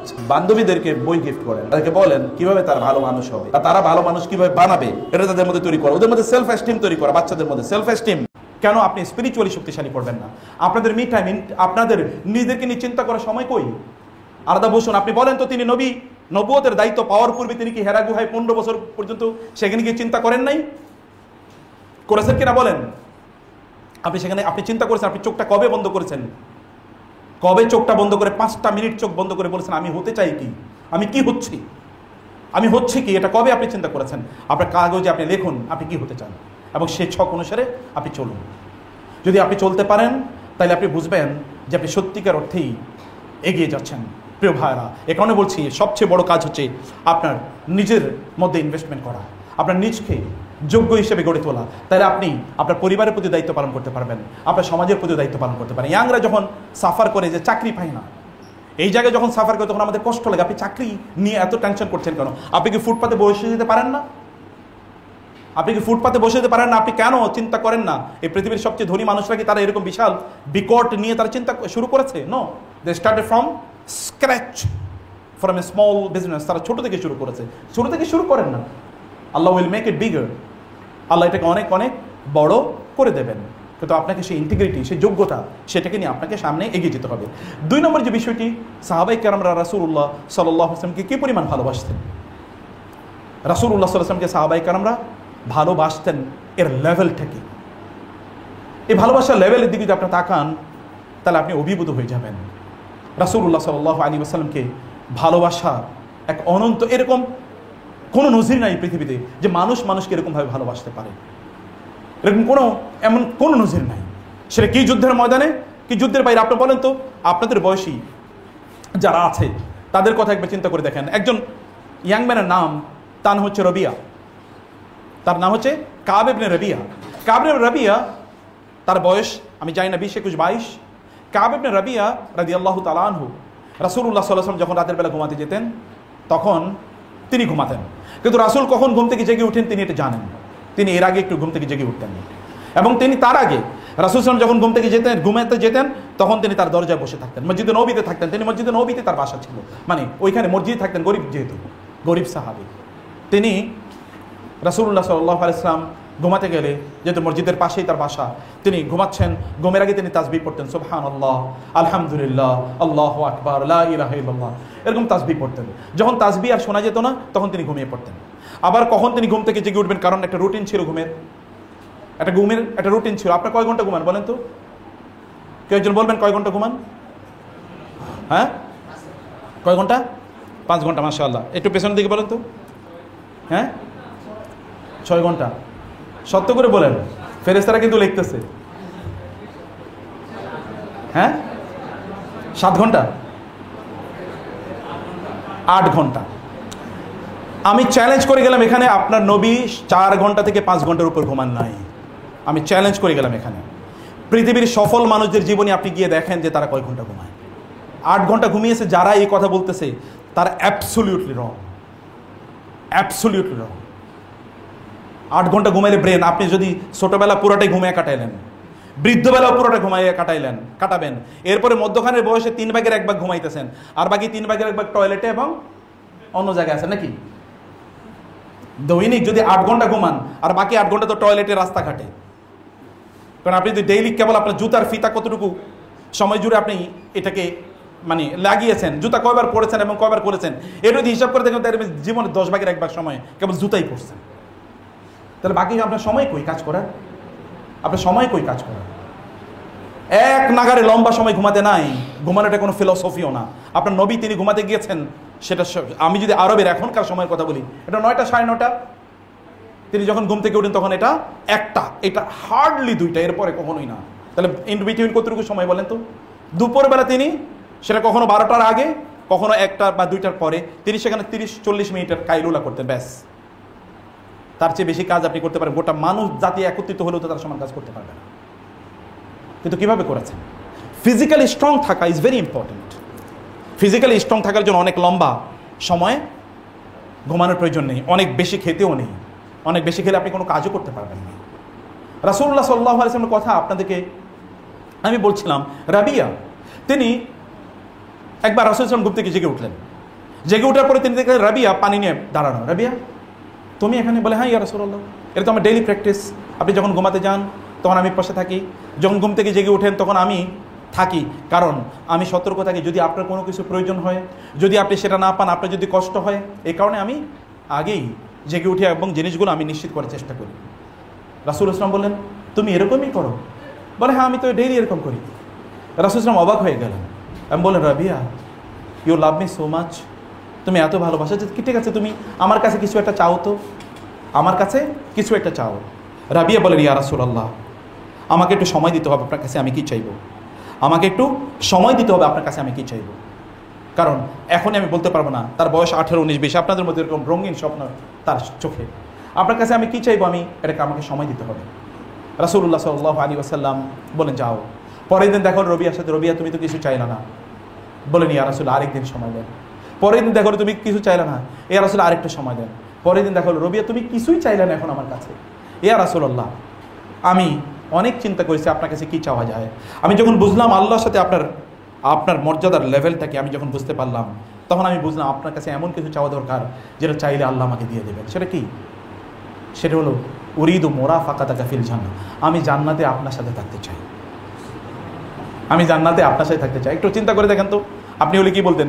প্রাইম মিনিস্টার এসে আপনাকে বলছে যে কিছু একটা চাও, বলবেন আমার একটু সচিব বানিয়ে দেন, আমি পুলিশের অফিসার, আমি একটা ব্যবসা করে দেন, আমার কিছু ক্যাপিটাল দেন, আমি একটা ব্যবসা করতে চাই, কিছু একটা। তো এরকমই কিছু বলার কথা আমাদের। অথবা কেউ কেউ বলতে পারে, যারা বিয়ে পাগলা, বলতে পারে আমি একটা বিয়ে করতে চাই, বউ দেন, কিছু একটা বলবে। তিনি বলেন আমি জান্নাতে আপনার সাথে থাকতে চাই। রাসূল একটু অবাক হয়ে গেলেন, ইয়াংদের কথা অন্যরকম হওয়ার কথা, কিন্তু এটা আবার কি এমন ইয়াং ম্যান? একটু তাকিয়ে থেকে বলেন আওয়া খায়রা জালিক, অন্য কোনো কিছু? বলে না এইটাই। বুঝে শুনে বলো, কে তোমার শিখাইছে, কে বলছে তোমার এই কথা? আবু বকর, ওমর এরকম কেউ বলছে? না না, আমি চিন্তা করে দেখলাম এটা চাওয়া, এইটা ছাড়া আর চাইবো কি? সফলতা কি? এটাই তো সফলতা। তিনি একটু অবাক হয়ে তাকিয়ে বললেন রবিয়া ঠিক আছে, তুমি আমার সাথে জান্নাতে থাকতে পারবা বটে, কিন্তু ফাইন্নি আলাইহা বিকাসরাতি সুজুদ, তুমি বেশি বেশি নামাজ পড়ো, তাহলে তুমি আমার সাথে জান্নাতে থাকতে পারবা। তুমি বেশি বেশি নামাজ আদায় করো, তাহলে তুমি আমার সাথে জান্নাতে থাকতে পারবা। রাসূলুল্লাহ সাল্লাল্লাহু আলাইহি ওয়াসাল্লামকে সাহাবায়ে কেরামের এই যে ভালোবাসার এরকম অসংখ্য নজির, আপনি যদি কেবল এদিকে তাকান তাহলে আপনি তাই অসংখ্য দেখতে পাবেন। আলী রাদিয়াল্লাহু তাআলা আনহু কে একবার প্রশ্ন করা হলো, লোকেরা বললেন কাইফা কানা হুব্বুকুম লিরাসূলিল্লাহ, আপনার রাসূলকে কেমন ভালোবাসতেন? তিনি বললেন কানা ওয়াল্লাহি আহাব্বু ইলাইনা মিন আমওয়ালিনা ওয়া আওলাদিনা ওয়া আবনাইনা ওয়া উম্মাহাতিনা ওয়া মিনাল মাইল বারিদি আলা যামাই। আল্লাহর কসম, রাসূলুল্লাহ সাল্লাল্লাহু আলাইহি ওয়াসাল্লাম আমাদের কাছে আমাদের নিজের জীবন, আমাদের পিতামাতা, আমাদের সন্তান সন্ততি, আমাদের সম্পদ এবং আমাদের সকল অর্জনের চেয়ে, এমনকি প্রচণ্ড তৃষ্ণার দিনে এক ফোঁটা ঠান্ডা পানির চেয়ে অনেক বেশি প্রিয় ছিলেন, অনেক বেশি প্রিয় ছিলেন। তলহা রাদিয়াল্লাহু তাআলা আনহু যখন যুদ্ধের ময়দান, আব্দুর রহমান ইবনে আউফ বদরের যুদ্ধে রাসূলুল্লাহ সাল্লাল্লাহু আলাইহি ওয়াসাল্লামের সামনে গিয়ে তিনি দাঁড়ালেন, কারণ তীর আসছে তার দিকে, উহুদের যুদ্ধে তার সামনে তীর দাঁড়ালেন এবং তিনি বলেন নাহরি দুনা নাহরাকা ইয়া রাসূলুল্লাহ, রাসূলুল্লাহ তীর যদি এসে পড়ে তাহলে আগে আমার গায়ে এসে পড়বে। তলহা রাদিয়াল্লাহু তাআলা আনহু সেখানে দাঁড়ালেন। তলহা রাদিয়াল্লাহু তাআলা আনহু তিনি পাহাড়ের মতো দাঁড়িয়ে গেলেন, তীর এসে তলহার গায়ে পড়ে কিন্তু রাসূলুল্লাহ সাল্লাল্লাহু আলাইহি ওয়াসাল্লামের গায়ে যেন না পড়ে। তাদের ভালোবাসা রাসূলুল্লাহ সাল্লাল্লাহু আলাইহি ওয়াসাল্লামের জন্য, মানে এরকম অসংখ্য ঘটনায় রাসূলুল্লাহ সাল্লাল্লাহু আলাইহি ওয়াসাল্লামের প্রতি তাদের ভালোবাসার লেভেলটা এরকম ছিল। হুদাইবিয়ার সন্ধির কথা আমরা বলি, হুদাইবিয়ার সন্ধির ঘটনায় উরওয়া ইবনে মাসউদ আস-সাকাফি, তাকে পাঠানো হলো, কুরাইশরা থেকে পাঠালেন যে যান একটু গিয়ে দেখেন মুহাম্মদ রাসূলের সাথে আপনি একটা চুক্তি করার ব্যবস্থা করেন। তিনি সেখানে গেলেন, যাওয়ার পরে তিনি রাসূল ইসলাম সেখানে তাকে বুঝালেন, তার অ্যাটিটিউড এবং জেস্চারের মাধ্যমে তিনি তাদেরকে বুঝালেন যে ঠিক আছে, আমরা এখানে যুদ্ধ করতে আসি নাই, আমরা হজ করতে এসেছি, তাদেরকে বলো যে আমাদেরকে ছেড়ে দিতে, আমাদের যেন কোনোভাবে বাধা না দেয়। উরওয়া ইবনে মাসউদ কুরাইশদের কাছে গেলেন, ফিরে গিয়ে বললেন ইয়া কুরাইশ, হে কুরাইশ, আমি ওয়াল্লাহি লাকাদ যুরতু, আল্লাহর কসম করে বলছি, আমি পারস্যের সম্রাট, রোমানদের সম্রাট এবং অন্যান্য জায়গার সম্রাটদের কথা বলেছেন, আমি এরকম সম্রাটদের কাছে গিয়েছি, কিন্তু কোথাও দেখি নাই সম্রাটদেরকে তাদের অনুসারীরা যতটা ভালোবাসে এইরকম মুহাম্মদ রাসূলকে তার অনুসারীরা যেরকম ভালোবাসে, কোথাও কাউকে দেখি নাই যে তাদের অনুসারীরা তাদেরকে এতটা ভালোবাসে। মুহাম্মদ সাল্লাল্লাহু আলাইহি ওয়াসাল্লাম যখন ওযু করেন, ওযু করার পরে পানি যেটা থেকে যায়, যে অবশিষ্ট পানিটা থেকে যায়, এই অবশিষ্ট পানিটা সাহাবীরা তারা নিয়ে নিজেদের শরীরে একটু মাখবেন, এই জন্য তারা নিজেদের মধ্যে তারা প্রতিযোগিতা লাগিয়ে দেন, নিজেদের মধ্যে তারা প্রতিযোগিতা করেন কে ওই অবশিষ্ট পানিটা নেবেন এবং ওই অবশিষ্ট পানিটা তাদের নিজেদের মধ্যে তারা এটাকে তাদের নিজের শরীরে তারা এটা লাগিয়ে দেবেন, এটা নিয়ে তারা প্রতিযোগিতা করেন। রাসূল সাল্লাল্লাহু আলাইহি ওয়াসাল্লামকে আল্লাহ সুবহানাহু ওয়া তাআলা নির্দেশ প্রদান করলেন মক্কা থেকে মদিনায় তিনি হিজরত করবেন। তার অনেক আগে গিয়ে তিনি আবু বকরকে বললেন, আবু বকর, হতে পারে কোনোদিন আমাদেরকে মক্কা থেকে মদিনায় হিজরত করে যেতে হতে পারে। রাসূলুল্লাহ সাল্লাল্লাহু আলাইহি ওয়াসাল্লামকে আবু বকর রাদিয়াল্লাহু তাআলা আনহু বললেন যে ইয়া রাসূলুল্লাহ, আবু বকর রাদিয়াল্লাহু বললেন ইয়া রাসূলুল্লাহ, আপনি as-suhba ইয়া রাসূলুল্লাহ, কেউ কি আপনার সাথে আর কেউ যাবে না আপনার সাথে? তিনি প্রত্যাশা করছেন রাসূল যে তিনি যাবেন। তিনি বললেন লা তাজাল, তাড়াহুড়া করো না, হতে পারে আল্লাহ সুবহানাহু ওয়া তাআলা আমার জন্য একজন সাথীর নির্দেশনা দিয়ে দেবেন। রাসূল সাল্লাল্লাহু আলাইহি ওয়াসাল্লাম যেদিন সকালবেলা ভোরে তিনি বের হয়ে যাবেন, ওই দিন তিনি আবু বকর রাদিয়াল্লাহু তাআলা ঘরে তিনি গেলেন। ঘরে গিয়ে তিনি দরজায় টোকা দিলেন। দরজা টোকা দেওয়ার সাথে সাথেই দরজা খুলে গেল।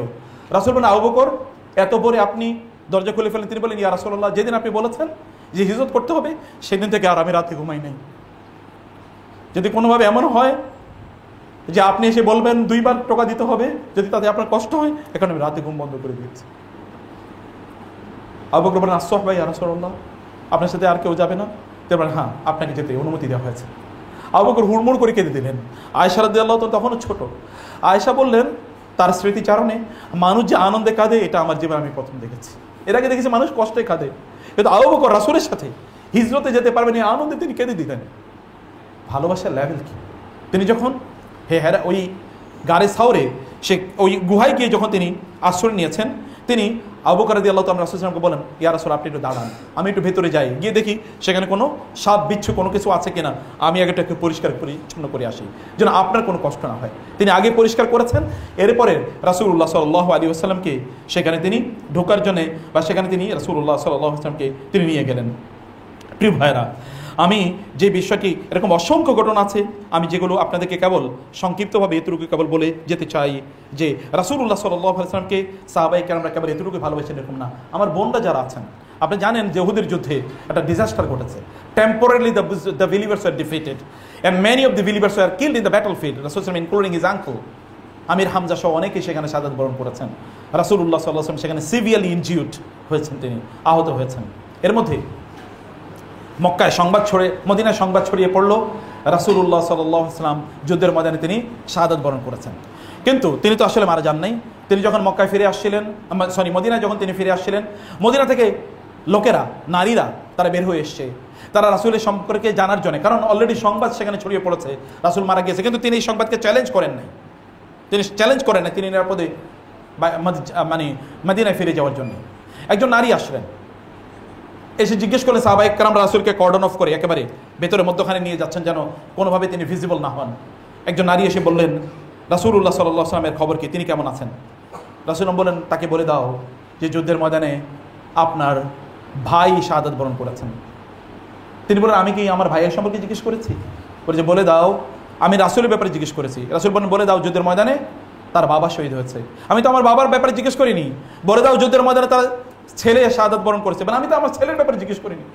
বলে দাও যুদ্ধের ময়দানে তার স্বামী মারা গেছে। এই নারী বললেন, আমি কি তোমাদেরকে আমার স্বামীর ব্যাপারে জিজ্ঞেস করেছি? আমি তোমাদেরকে বলেছি রাসূল কেমন আছেন।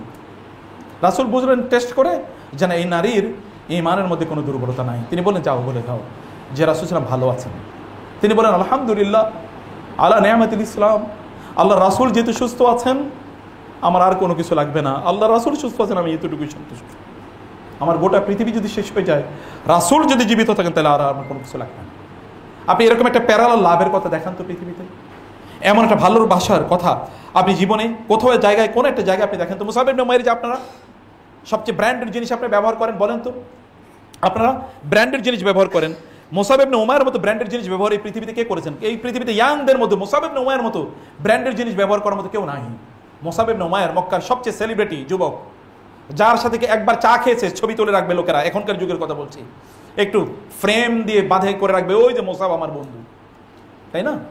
এরকম একটা ফ্রেন্ড, যেমন আপনি খুব পাওয়ারফুল, কারোর সাথে একবার রাস্তায় দেখা হয়েছে, এরপর আপনার বন্ধু উনি তো আমার ক্লোজ ফ্রেন্ড, আমরা সবসময় একসাথে চা খাই, কিন্তু হঠাৎ করে একদিন রাস্তায় শুধু দেখাই হয়েছে, এর বাইরে কিছু না। একটু সেলিব্রিটিদের সাথে অথবা পাওয়ারফুলদের সাথে মানুষ এটা অ্যালাইন করতে একটু ভালোবাসে। মুসাব ইবনে উমাইর ইসলাম গ্রহণ করলেন, তার মা তাকে চ্যালেঞ্জ করলেন, মক্কার সবচেয়ে সুদর্শন এবং মক্কার এমন পাওয়ারফুল যুবক যে তিনি সিরিয়া থেকে তার পারফিউম আসে, জামা কাপড় আসে সিরিয়া থেকে, মক্কার কোনো জিনিস তিনি ব্যবহার করেন না, এগুলো তার সাথে স্যুট করেন না। তার ব্যক্তিত্ব, তার পার্সোনালিটি অথবা তার সেলিব্রিটি স্ট্যাটাস, তার এলিট ক্লাসের ডিগনিফাইড পজিশন, এগুলোর সাথে এটা যায় না। তিনি ইসলাম গ্রহণ করার পর তার মা তাকে বন্দী করে রাখলেন, তাকে খাদ্য পানীয় দেওয়া বন্ধ করে দিলেন এবং তার মা তাকে বললেন যে তুমি যদি ইসলাম পরিত্যাগ না করো তাহলে তোমাকে সম্পদ থেকে বঞ্চিত করবো। তিনি বললেন, মা আমার তো কোনো সম্পদের প্রয়োজন নাই, আমার প্রয়োজন হচ্ছে আমার নবী সাল্লাল্লাহু আলাইহি ওয়াসাল্লাম। তাকে বন্দী করে রাখা হলো, খাবার দেওয়া হয় না। তিনি বন্দিত্বশালী থেকে তিনি মুক্তি পেলেন। কিভাবে মুক্তি পেলেন? কোনোভাবে কোনো একটা ফরম্যাটে সেখানকার কৃতদাসীদেরকে কিছু হয়তো বা দিয়ে তিনি মুক্তি পেয়ে নিলেন। মুক্তি পাওয়ার পর তারপর তিনি মদিনার উদ্দেশ্যে রওনা দিলেন। মদিনা যান তিনি, যুবক, এই যে ভালো করে শুনুন, মদিনায় তিনি গেলেন। মদিনার সবচেয়ে পাওয়ারফুল লোকেরা, এই ইয়াং ম্যান, তার বয়স 18, 20, 21, 22, এই ইয়াং ম্যানের হাতে মদিনার সবচেয়ে পাওয়ারফুল লোকেরা ইসলাম গ্রহণ করেছে। He is the first ambassador of Islam. তিনি ইসলামের প্রথম অ্যাম্বাসেডর। এর আগে জাফর ইবনে আবি তালেব, রাসূল সাল্লাল্লাহু আলাইহি ওয়াসাল্লাম আপন চাচা তো ভাই এবং মক্কার সবচেয়ে পাওয়ারফুল যুবকদের মধ্যে একজন, তিনি ইসলাম গ্রহণ করার পর তার উপর মানসিক জুলুম অত্যাচার, শারীরিক তো করা যায় না কারণ তিনি এলিট ক্লাসের লোক, শারীরিক করা যায় না। রাসূল সাল্লাল্লাহু আলাইহি ওয়াসাল্লাম তাকে বললেন তুমি মুসলিমদেরকে নিয়ে আবিসিনিয়া হিজরত কর। তিনি আবিসিনিয়া হিজরত করলেন। আবিসিনিয়ার তৎকালীন সম্রাটের নাম ছিল নাজ্জাশী। নাজ্জাশীর কাছে তখন আমর ইবনে আস এবং আব্দুল্লাহ ইবনে রবি তারা গেলেন, এবং আমর ইবনে আস এবং আমর ইবনে আস তৎকালীন সবচেয়ে বড় ডিপ্লোম্যাট। গিয়ে নাজ্জাশীকে বললেন আমাদের দেশ থেকে একদল যুবক তারা পালিয়ে এখানে চলে এসে তাদের পিতামাতা তাদেরকে নিয়ে খুবই উদ্বিগ্ন আছে, আমাদেরকে পাঠিয়েছে তাদেরকে ফেরত নেওয়ার জন্য, এবং অনেক উপঢৌকন, অনেক পুরস্কার, গিফট মানি, যদি বলি ঘুষ, এগুলো নিয়ে গিয়েছিল। এগুলো তৎকালীন মন্ত্রীদেরকে দিয়েছে এবং নাজ্জাশীর জন্য কিছু নিয়ে গেছে। নাজ্জাশী প্রচন্ড পার্সোনালিটিওয়ালা লোক। নাজ্জাশী বলে এগুলো দিয়ে আমি কি করব? ঠিক আছে, তোমরা তাকে নিয়ে যাও, তোমাদের লোক নিয়ে যেতে চাও, কোনো সমস্যা নেই, কিন্তু তাদের কাছ থেকে আমার কথা শুনতে হবে, তোমরা যা বলেছো তা সত্য কিনা। যা ডাকা হলো জাফর ইবনে আবি তালেবকে। জাফর ইবনে আবি তালেব সেখানে গেলেন, বলেন যে তোমাদের ব্যাপারে এলিগেশন যে তোমরা পালিয়ে চলে এসছো, তোমাদের পিতামাতা তোমাদেরকে খোঁজ করছে, ব্যাপারটা কিরকম? বলে না, ইয়া নাজ্জাশী ইয়া মালিক আল হাবাসা, হে হাবাসার সম্রাট, ঘটনাটা এরকম না।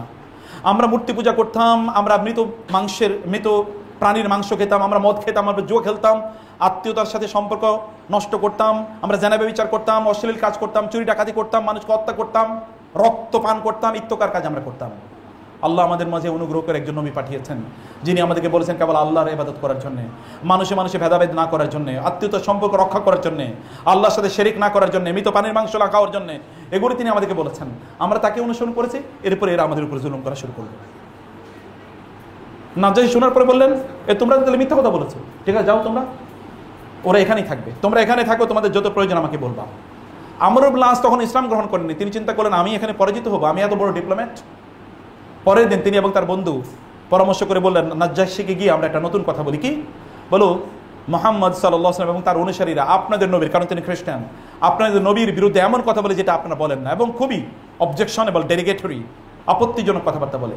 এবং তারা সিদ্ধান্ত মতো গেল। পরের দিন গিয়ে নাজ্জাশীকে বললো আপনি তো তাদেরকে আশ্রয় দিয়েছেন, কিন্তু আপনি জানেন যে তারা আপনার নবীর ব্যাপারে কি বলে? বলে কি বলে? বলে খুবই খারাপ কথা বলে, ডাকেন দেখেন কি বলে। ডাকা হলো। এবার ডাকা হলো আবার জাফর ইবনে আবি তালেব সহ তাদেরকে। বলে যে জাফরকে বললেন, জাফর আপনারা আমাদের নবীর ব্যাপারে মানে ঈসা আলাইহিস সালামের ব্যাপারে কি বলেন? বলে আমরা কেবল তাই বলি যা আমাদের নবী আমাদেরকে শিখিয়েছেন এবং তার উপর আল্লাহর পক্ষ থেকে নাজিল হয়েছে। বলে কি সেটা? তখন তিনি কোরআনের সূরা মারিয়ামের ওই আয়াতগুলো তেলাওয়াত করলেন। ক্বালা ইন্নী আবদুল্লাহি আতানিয়াল কিতাবা ওয়া জাআলানি নাবিয়্যা ওয়া জাআলানি মুবারাকান আইনামা কুনতু ওয়া আওসানি বিস-সালাতি ওয়াজ-যাকাতি মা দুমতু হাইয়্যা ওয়া বাররান বিওয়ালিদাতি ওয়া লাম ইয়াজআলনি জাব্বারান শাকিয়্যা ওয়াস-সালামু আলাইয়া ইয়াওমা উলিদতু ওয়া ইয়াওমা আমুতু ওয়া ইয়াওমা উবআসু হাইয়্যা যালিকা ঈসা ইবনে মারইয়াম। তিনি পড়ছিলেন আর নাজ্জাশী ওখানে তার চেয়ারে তার সিংহাসনে বসে বসে কাঁদছেন, তার মাথা নিচের দিকে ঝুঁকে যাচ্ছে এবং তার চারপাশে যারা পাদ্রীরা ছিল সবার মাথা নিচের দিকে এবং সবাই কাঁদছে। তার তেলাওয়াত শেষ, নাজ্জাশী তখন বাকরুদ্ধ। তিনি আস্তে আস্তে তার লাঠির উপর ভর করে তিনি দাঁড়ালেন এবং দাঁড়িয়ে তার সামনে মাটির উপর তিনি একটা রেখা আঁকলেন এবং রেখা এঁকে বলেন আল্লাহর কসম জাফর তুমি যা বলেছ এবং আমরা যা বিশ্বাস করি তার মধ্যে কোনো পার্থক্য নেই, যদি পার্থক্য থাকেও তাহলে এই রেখার পরিমাণ একটু পার্থক্য আছে, এই রেখার পরিমাণ। তিনি বললেন যে তোমরাও আমার এই সমাজে, আমার এই রাষ্ট্রে তোমরা নিরাপদে থাকো, তোমাদের যত প্রয়োজন আছে সব রাষ্ট্র থেকে সমাধান করা হবে। এবং তিনি আমর ইবনে আস তার বন্ধু তারপরে বলে যাও তোমরা চলে যাও, তোমরা অন্যায় করেছো, তোমরা তাদের উপর জুলুম করেছো, চলে যাও। আপনি একজন যুবক হিসেবে আপনার কন্ট্রিবিউশন কি সমাজের প্রতি, আপনার কমিউনিটির প্রতি, আপনার অ্যালিজেন্সের লেভেলটা কি, আপনার অ্যালিজেন্সের লেভেলটা কি আপনি একবার চিন্তা করে দেখেন তো। এটা আপনাদেরকে ভাবতে হবে। আমি আর 6-7 মিনিট বাকি থার্ড টপিকের উপর আপনাদেরকে একটু বলতে চাই, দৃষ্টি আকর্ষণ করতে চাই। তা হলো সাহাবায়ে কেরামরা রাদিয়াল্লাহু তাআলা আনহুম রাসূলুল্লাহ সাল্লাল্লাহু আলাইহি ওয়াসাল্লামের ক্ষেত্রে আর রাসূলের প্রতি আনুগত্যের ক্ষেত্রে তাদের অবস্থাটা কী ছিল, আমি কেবল এই কয়েকটা জিনিসকে বলতে চাই। আপনি জানেন রাসূলুল্লাহ সাল্লাল্লাহু আলাইহি ওয়াসাল্লামকে সাহাবায়ে কেরামরা আনুগত্য করতেন এমনভাবে যে আনুগত্য করতেন কোনো প্রশ্ন করতেন না। কেন এটা করবো এরকম কোনো প্রশ্ন তারা কোনোদিনই করতেন না। রাসূলুল্লাহ সাল্লাল্লাহু আলাইহি ওয়াসাল্লাম কে সাহাবায়ে কেরাম রাদিয়াল্লাহু তাআলা আনহুম আনকন্ডিশনালি আনুগত্য করতেন, কোনো প্রশ্নাতীত এবং কোনো সন্দেহ, কোনো শর্তবিহীন আনুগত্য করতেন। কারণ আল্লাহ সুবহানাহু ওয়া তাআলা বলেছেন, মা আতাকুমুর রাসূলু ফাখুযুহু ওয়া মা নাহাকুম আনহু ফান্তাহু। আমার আপনার এক নম্বর হচ্ছে রাসূলুল্লাহ সাল্লাল্লাহু আলাইহি ওয়াসাল্লাম তিনি সাহাবায়ে কেরামদেরকে যখন বলতেন তোমরা এই কাজটা আর কখনো করো না, দ্বিতীয়বার তারা কোনোদিন এই কাজটি করতেন না। একথা বারবার তাদেরকে বলতে হতো না। যেমন আজকে আপনাদেরকে বলে গেছি, আপনাদের যদি জীবন নিয়ে ভীষণ থাকে, মিশন থাকে, তাহলে আপনারা দ্বিতীয়বার এই কথা শোনার প্রয়োজন নাই। দ্বিতীয়বার কবে শুনবেন? নতুন জ্ঞান কবে অর্জন করবেন? পুরাণ যদি প্রতিদিন শুনতেই থাকেন, নতুন জ্ঞান আপনি অর্জন করবেন কবে? আপনি নতুন বই পড়বেন কবে? আপনি প্রতিদিন কয় পৃষ্ঠা করে নতুন বই পড়েন? আপনি প্রতিদিন কয় ঘন্টা করে পড়েন? আপনি তো স্টুডেন্ট হিসেবে আপনি কতদিন রিয়েলি স্টুডেন্ট হিসেবে আপনি আচরণ করেন? ক্লাসের ফাঁকেও তো অধিকাংশ দিয়ে ক্লাসে বসে মোবাইল টিপায়। আপনি যদি বড় কিছু হতে চান তাহলে আপনার মোবাইল থেকে ডেটা বন্ধ করে দেন। আমার মোবাইলে ডেটা নাই, আমার মোবাইলে ডেটা নাই, আমি ডেটা ব্যবহার করি না। এখন বলছি ডেটা ব্যবহারই করব না। আপনি মোবাইলে ডেটা বন্ধ করে দেন, আর নির্ধারিত সময় ডেটা বন্ধ করে দেন, যে সময় আপনি ডেটা ব্যবহার করবেন না। কিছু একটা নিজের জন্য কিছু একটা করেন, নিজকে একটা মিশনের দিকে আপনি ধীরে ধীরে এগিয়ে নিয়ে যান। আউফ বিন মালিক আল-আজজাই রাদিয়াল্লাহু তিনি বলেন, আমরা রাসূল ইসলামের সাথে বায়াত করলাম। রাসূল ইসলাম আমাদেরকে অনেক কিছুর উপর বায়াত করলেন, তোমরা আল্লাহর ইবাদত করবে, আল্লাহর সাথে শিরিক করবে না, ইত্যাদি। এবং তিনি বললেন যে তোমরা কারো কাছে কোনো কিছু চাইবা না, ভিক্ষা করবা না, হাত পাতবা না। বলে এখানে আমরা 7জন 8জন বা 9 জন রাসূলের সাথে প্রতিজ্ঞা করলাম, এই 9 জন আমাদের মৃত্যু পর্যন্ত, এমনকি যদি আমাদের ওটের রশিটা পড়ে যেত অথবা হাত থেকে একটা নিডল পড়ে যেত, তাহলে কাউকে বলতাম না একটু নিডলটা খুঁজে দাও তো, আমরা এটা আল্লাহকে বলতাম, আল্লাহ নিডলটা পড়ে গেছে, নিডলটা খুঁজে দেওয়ার ব্যবস্থা করে দাও। ব্যক্তিত্বের লেভেল দেখেছেন? ব্যক্তিত্বের লেভেলটা দেখেছেন? আর আমরা তো হাত পাতা কি আমাদের চরিত্র হয়ে গেছে, পুরাটা একটা ভিক্ষুক জাতি। ভিক্ষা করতে আপনার পার্সোনালিটিতে লাগে না, আপনার ব্যক্তিত্বে লাগে না? কেন আপনি ভিক্ষা করবেন? আপনি এমনভাবে যেন পিপল উইল হায়ার ইউ, লোকেরা আপনাকে হায়ার করুক। আপনি এরকম একটা জায়গায় আপনার নিজকে নিয়ে যাবেন, এমন একটা এলিট ক্লাসের লোকে আপনার নিজকে আপনি তৈরি করুন। রাসূলুল্লাহ সাল্লাল্লাহু আলাইহি ওয়াসাল্লাম ওমর ইবনে আবি সালামা রাদিয়াল্লাহু তাআলা, ইয়াং ম্যান, এই আপনাদের বয়সী, রাসূলের সাথে খেতে বসেছেন এবং খেতে বসে তিনি প্লেটের, আপনি জানেন যে প্লেটের সামনে থেকে খেতে হয়, ডান হাত দিয়ে খেতে হয়, তাই না? এরকম আল্লাহর নাম নিয়ে খেতে হয়। তিনি যখন খাচ্ছিলেন, ইয়াং ম্যান এত কিছু খেয়াল করেন নাই। রাসূল ইসলাম তাকে বলেন, ইয়া গোলাম, হে গোলাম, যখন তুমি খাবা সাম্মিল্লাহ ওকুল বিয়ামিনিক ওকুল মিম্মা ইয়ালিক, তিনটা কিছু জিনিস। যখন খাবে তখন বিসমিল্লাহ বলে খাবা, যখন খাবা তখন ডান হাত দিয়ে খাবা, যখন খাবা তখন সামনে থেকে খাবা, প্লেটের ভেতর থেকে না, প্লেটের মধ্যখান থেকে না, একেবারে সামনে খাবারটা যেটা প্লেটের প্রথম অংশ, এখান থেকে তুমি খাবা। তিনি বললেন, রাসূল ইসলাম আমাকে এই কথা বলেছেন, এরপর থেকে আমার জীবনে কোনোদিন এটা ভুল হয় না, জীবনে কোনোদিন, মৃত্যু পর্যন্ত কোনোদিন এটা ভুল হয়নি। আমি এভাবেই খেতাম, কারণ রাসূলুল্লাহ সাল্লাল্লাহু আলাইহি ওয়াসাল্লাম এর সাথে আমি প্রতিজ্ঞাবদ্ধ হয়েছিলাম যে এমন কাজে আমি করব। রাসূলুল্লাহ সাল্লাল্লাহু আলাইহি ওয়াসাল্লাম একজনের সাথে সাহাবীদের কাছে বললেন যে তোমরা কোনোদিন প্রতিজ্ঞাবদ্ধ হও, তোমরা কাউকে কোনোদিন গালিগালাজ করবা না। যিনি হাদিসটি বর্ণনা করেছেন জাবের ইবনে সালিম আল হুজাইমি রাদিয়াল্লাহু, তিনি বললেন, রাসূলের সাথে প্রতিজ্ঞা করার পর আমার জীবনে কোনোদিন কাউকে গালি তো বহু পরের কথা, কারো কষ্ট হবে এমন কোনো শব্দ পর্যন্ত উচ্চারণ করি নাই, কারো কষ্ট হবে এমন কোনো শব্দ উচ্চারণ করি নাই। তিনি যখন কাউকে বলেছেন কোনো কাজ করতে, এটা তিনি কোনোদিন রিপিট করেন নাই। তিনি যখন বলেছেন ইমিডিয়েটলি সাথে সাথে এই কাজটি করেছেন, যখন বলেছেন সাথে সাথে এই কাজটি করেছেন। রাসূলুল্লাহ সাল্লাল্লাহু আলাইহি ওয়াসাল্লাম আব্দুল্লাহ ইবনে মাসউদ রাদিয়াল্লাহু তাআলা আনহু, রাসূল সাল্লাল্লাহু খুতবা দিচ্ছিলেন, এর মধ্যে আমি জানি 2 মিনিট আছে। আব্দুল্লাহ ইবনে মাসউদ রাদিয়াল্লাহু তাআলা, রাসূল সাল্লাল্লাহু খুতবা দিচ্ছেন জুমার খুতবায়, এর মধ্যে আব্দুল্লাহ ইবনে মাসউদ, জুমার খুতবার সময় আপনারা জানেন যে খুতবা শুনতে হয়, অন্য কোনো কথা বলা যায় না। তিনি যখন খুতবা শুরু করলেন, আব্দুল্লাহ ইবনে মাসউদ ঢুকছিলেন, তিনি খুতবা শুরু করেছিলেন, বললেন, ইয়া আইয়ুহান নাস ইজলিসু, লোকেরা বসে যাও। আব্দুল্লাহ ইবনে মাসউদ তার এক পা মসজিদের মধ্যে, আরেক পা মসজিদের বাইরে। তিনি এই দরজার এটা কি বলে, চৌকাট আছে না, চৌকাটের উপরে তিনি বসে পড়লেন, এক পা মসজিদের ভিতরে, এক পা মসজিদের বাইরে। তিনি আরেকটা পা মসজিদের ভিতরে নেয়া অথবা একটা পা মসজিদ থেকে বের করা, এতটুকু পর্যন্ত তিনি করেন নাই। কারণ তিনি বুঝেছেন এটা যদি করি তাহলে যদি আল্লাহ রাসূলের নির্দেশ যদি খেলাফ হয়ে যায় কোনোভাবে, যদি নির্দেশ খেলাফ হয়ে যেতে কোনোভাবে, এই কারণে এতটুকু পর্যন্ত করেন নাই।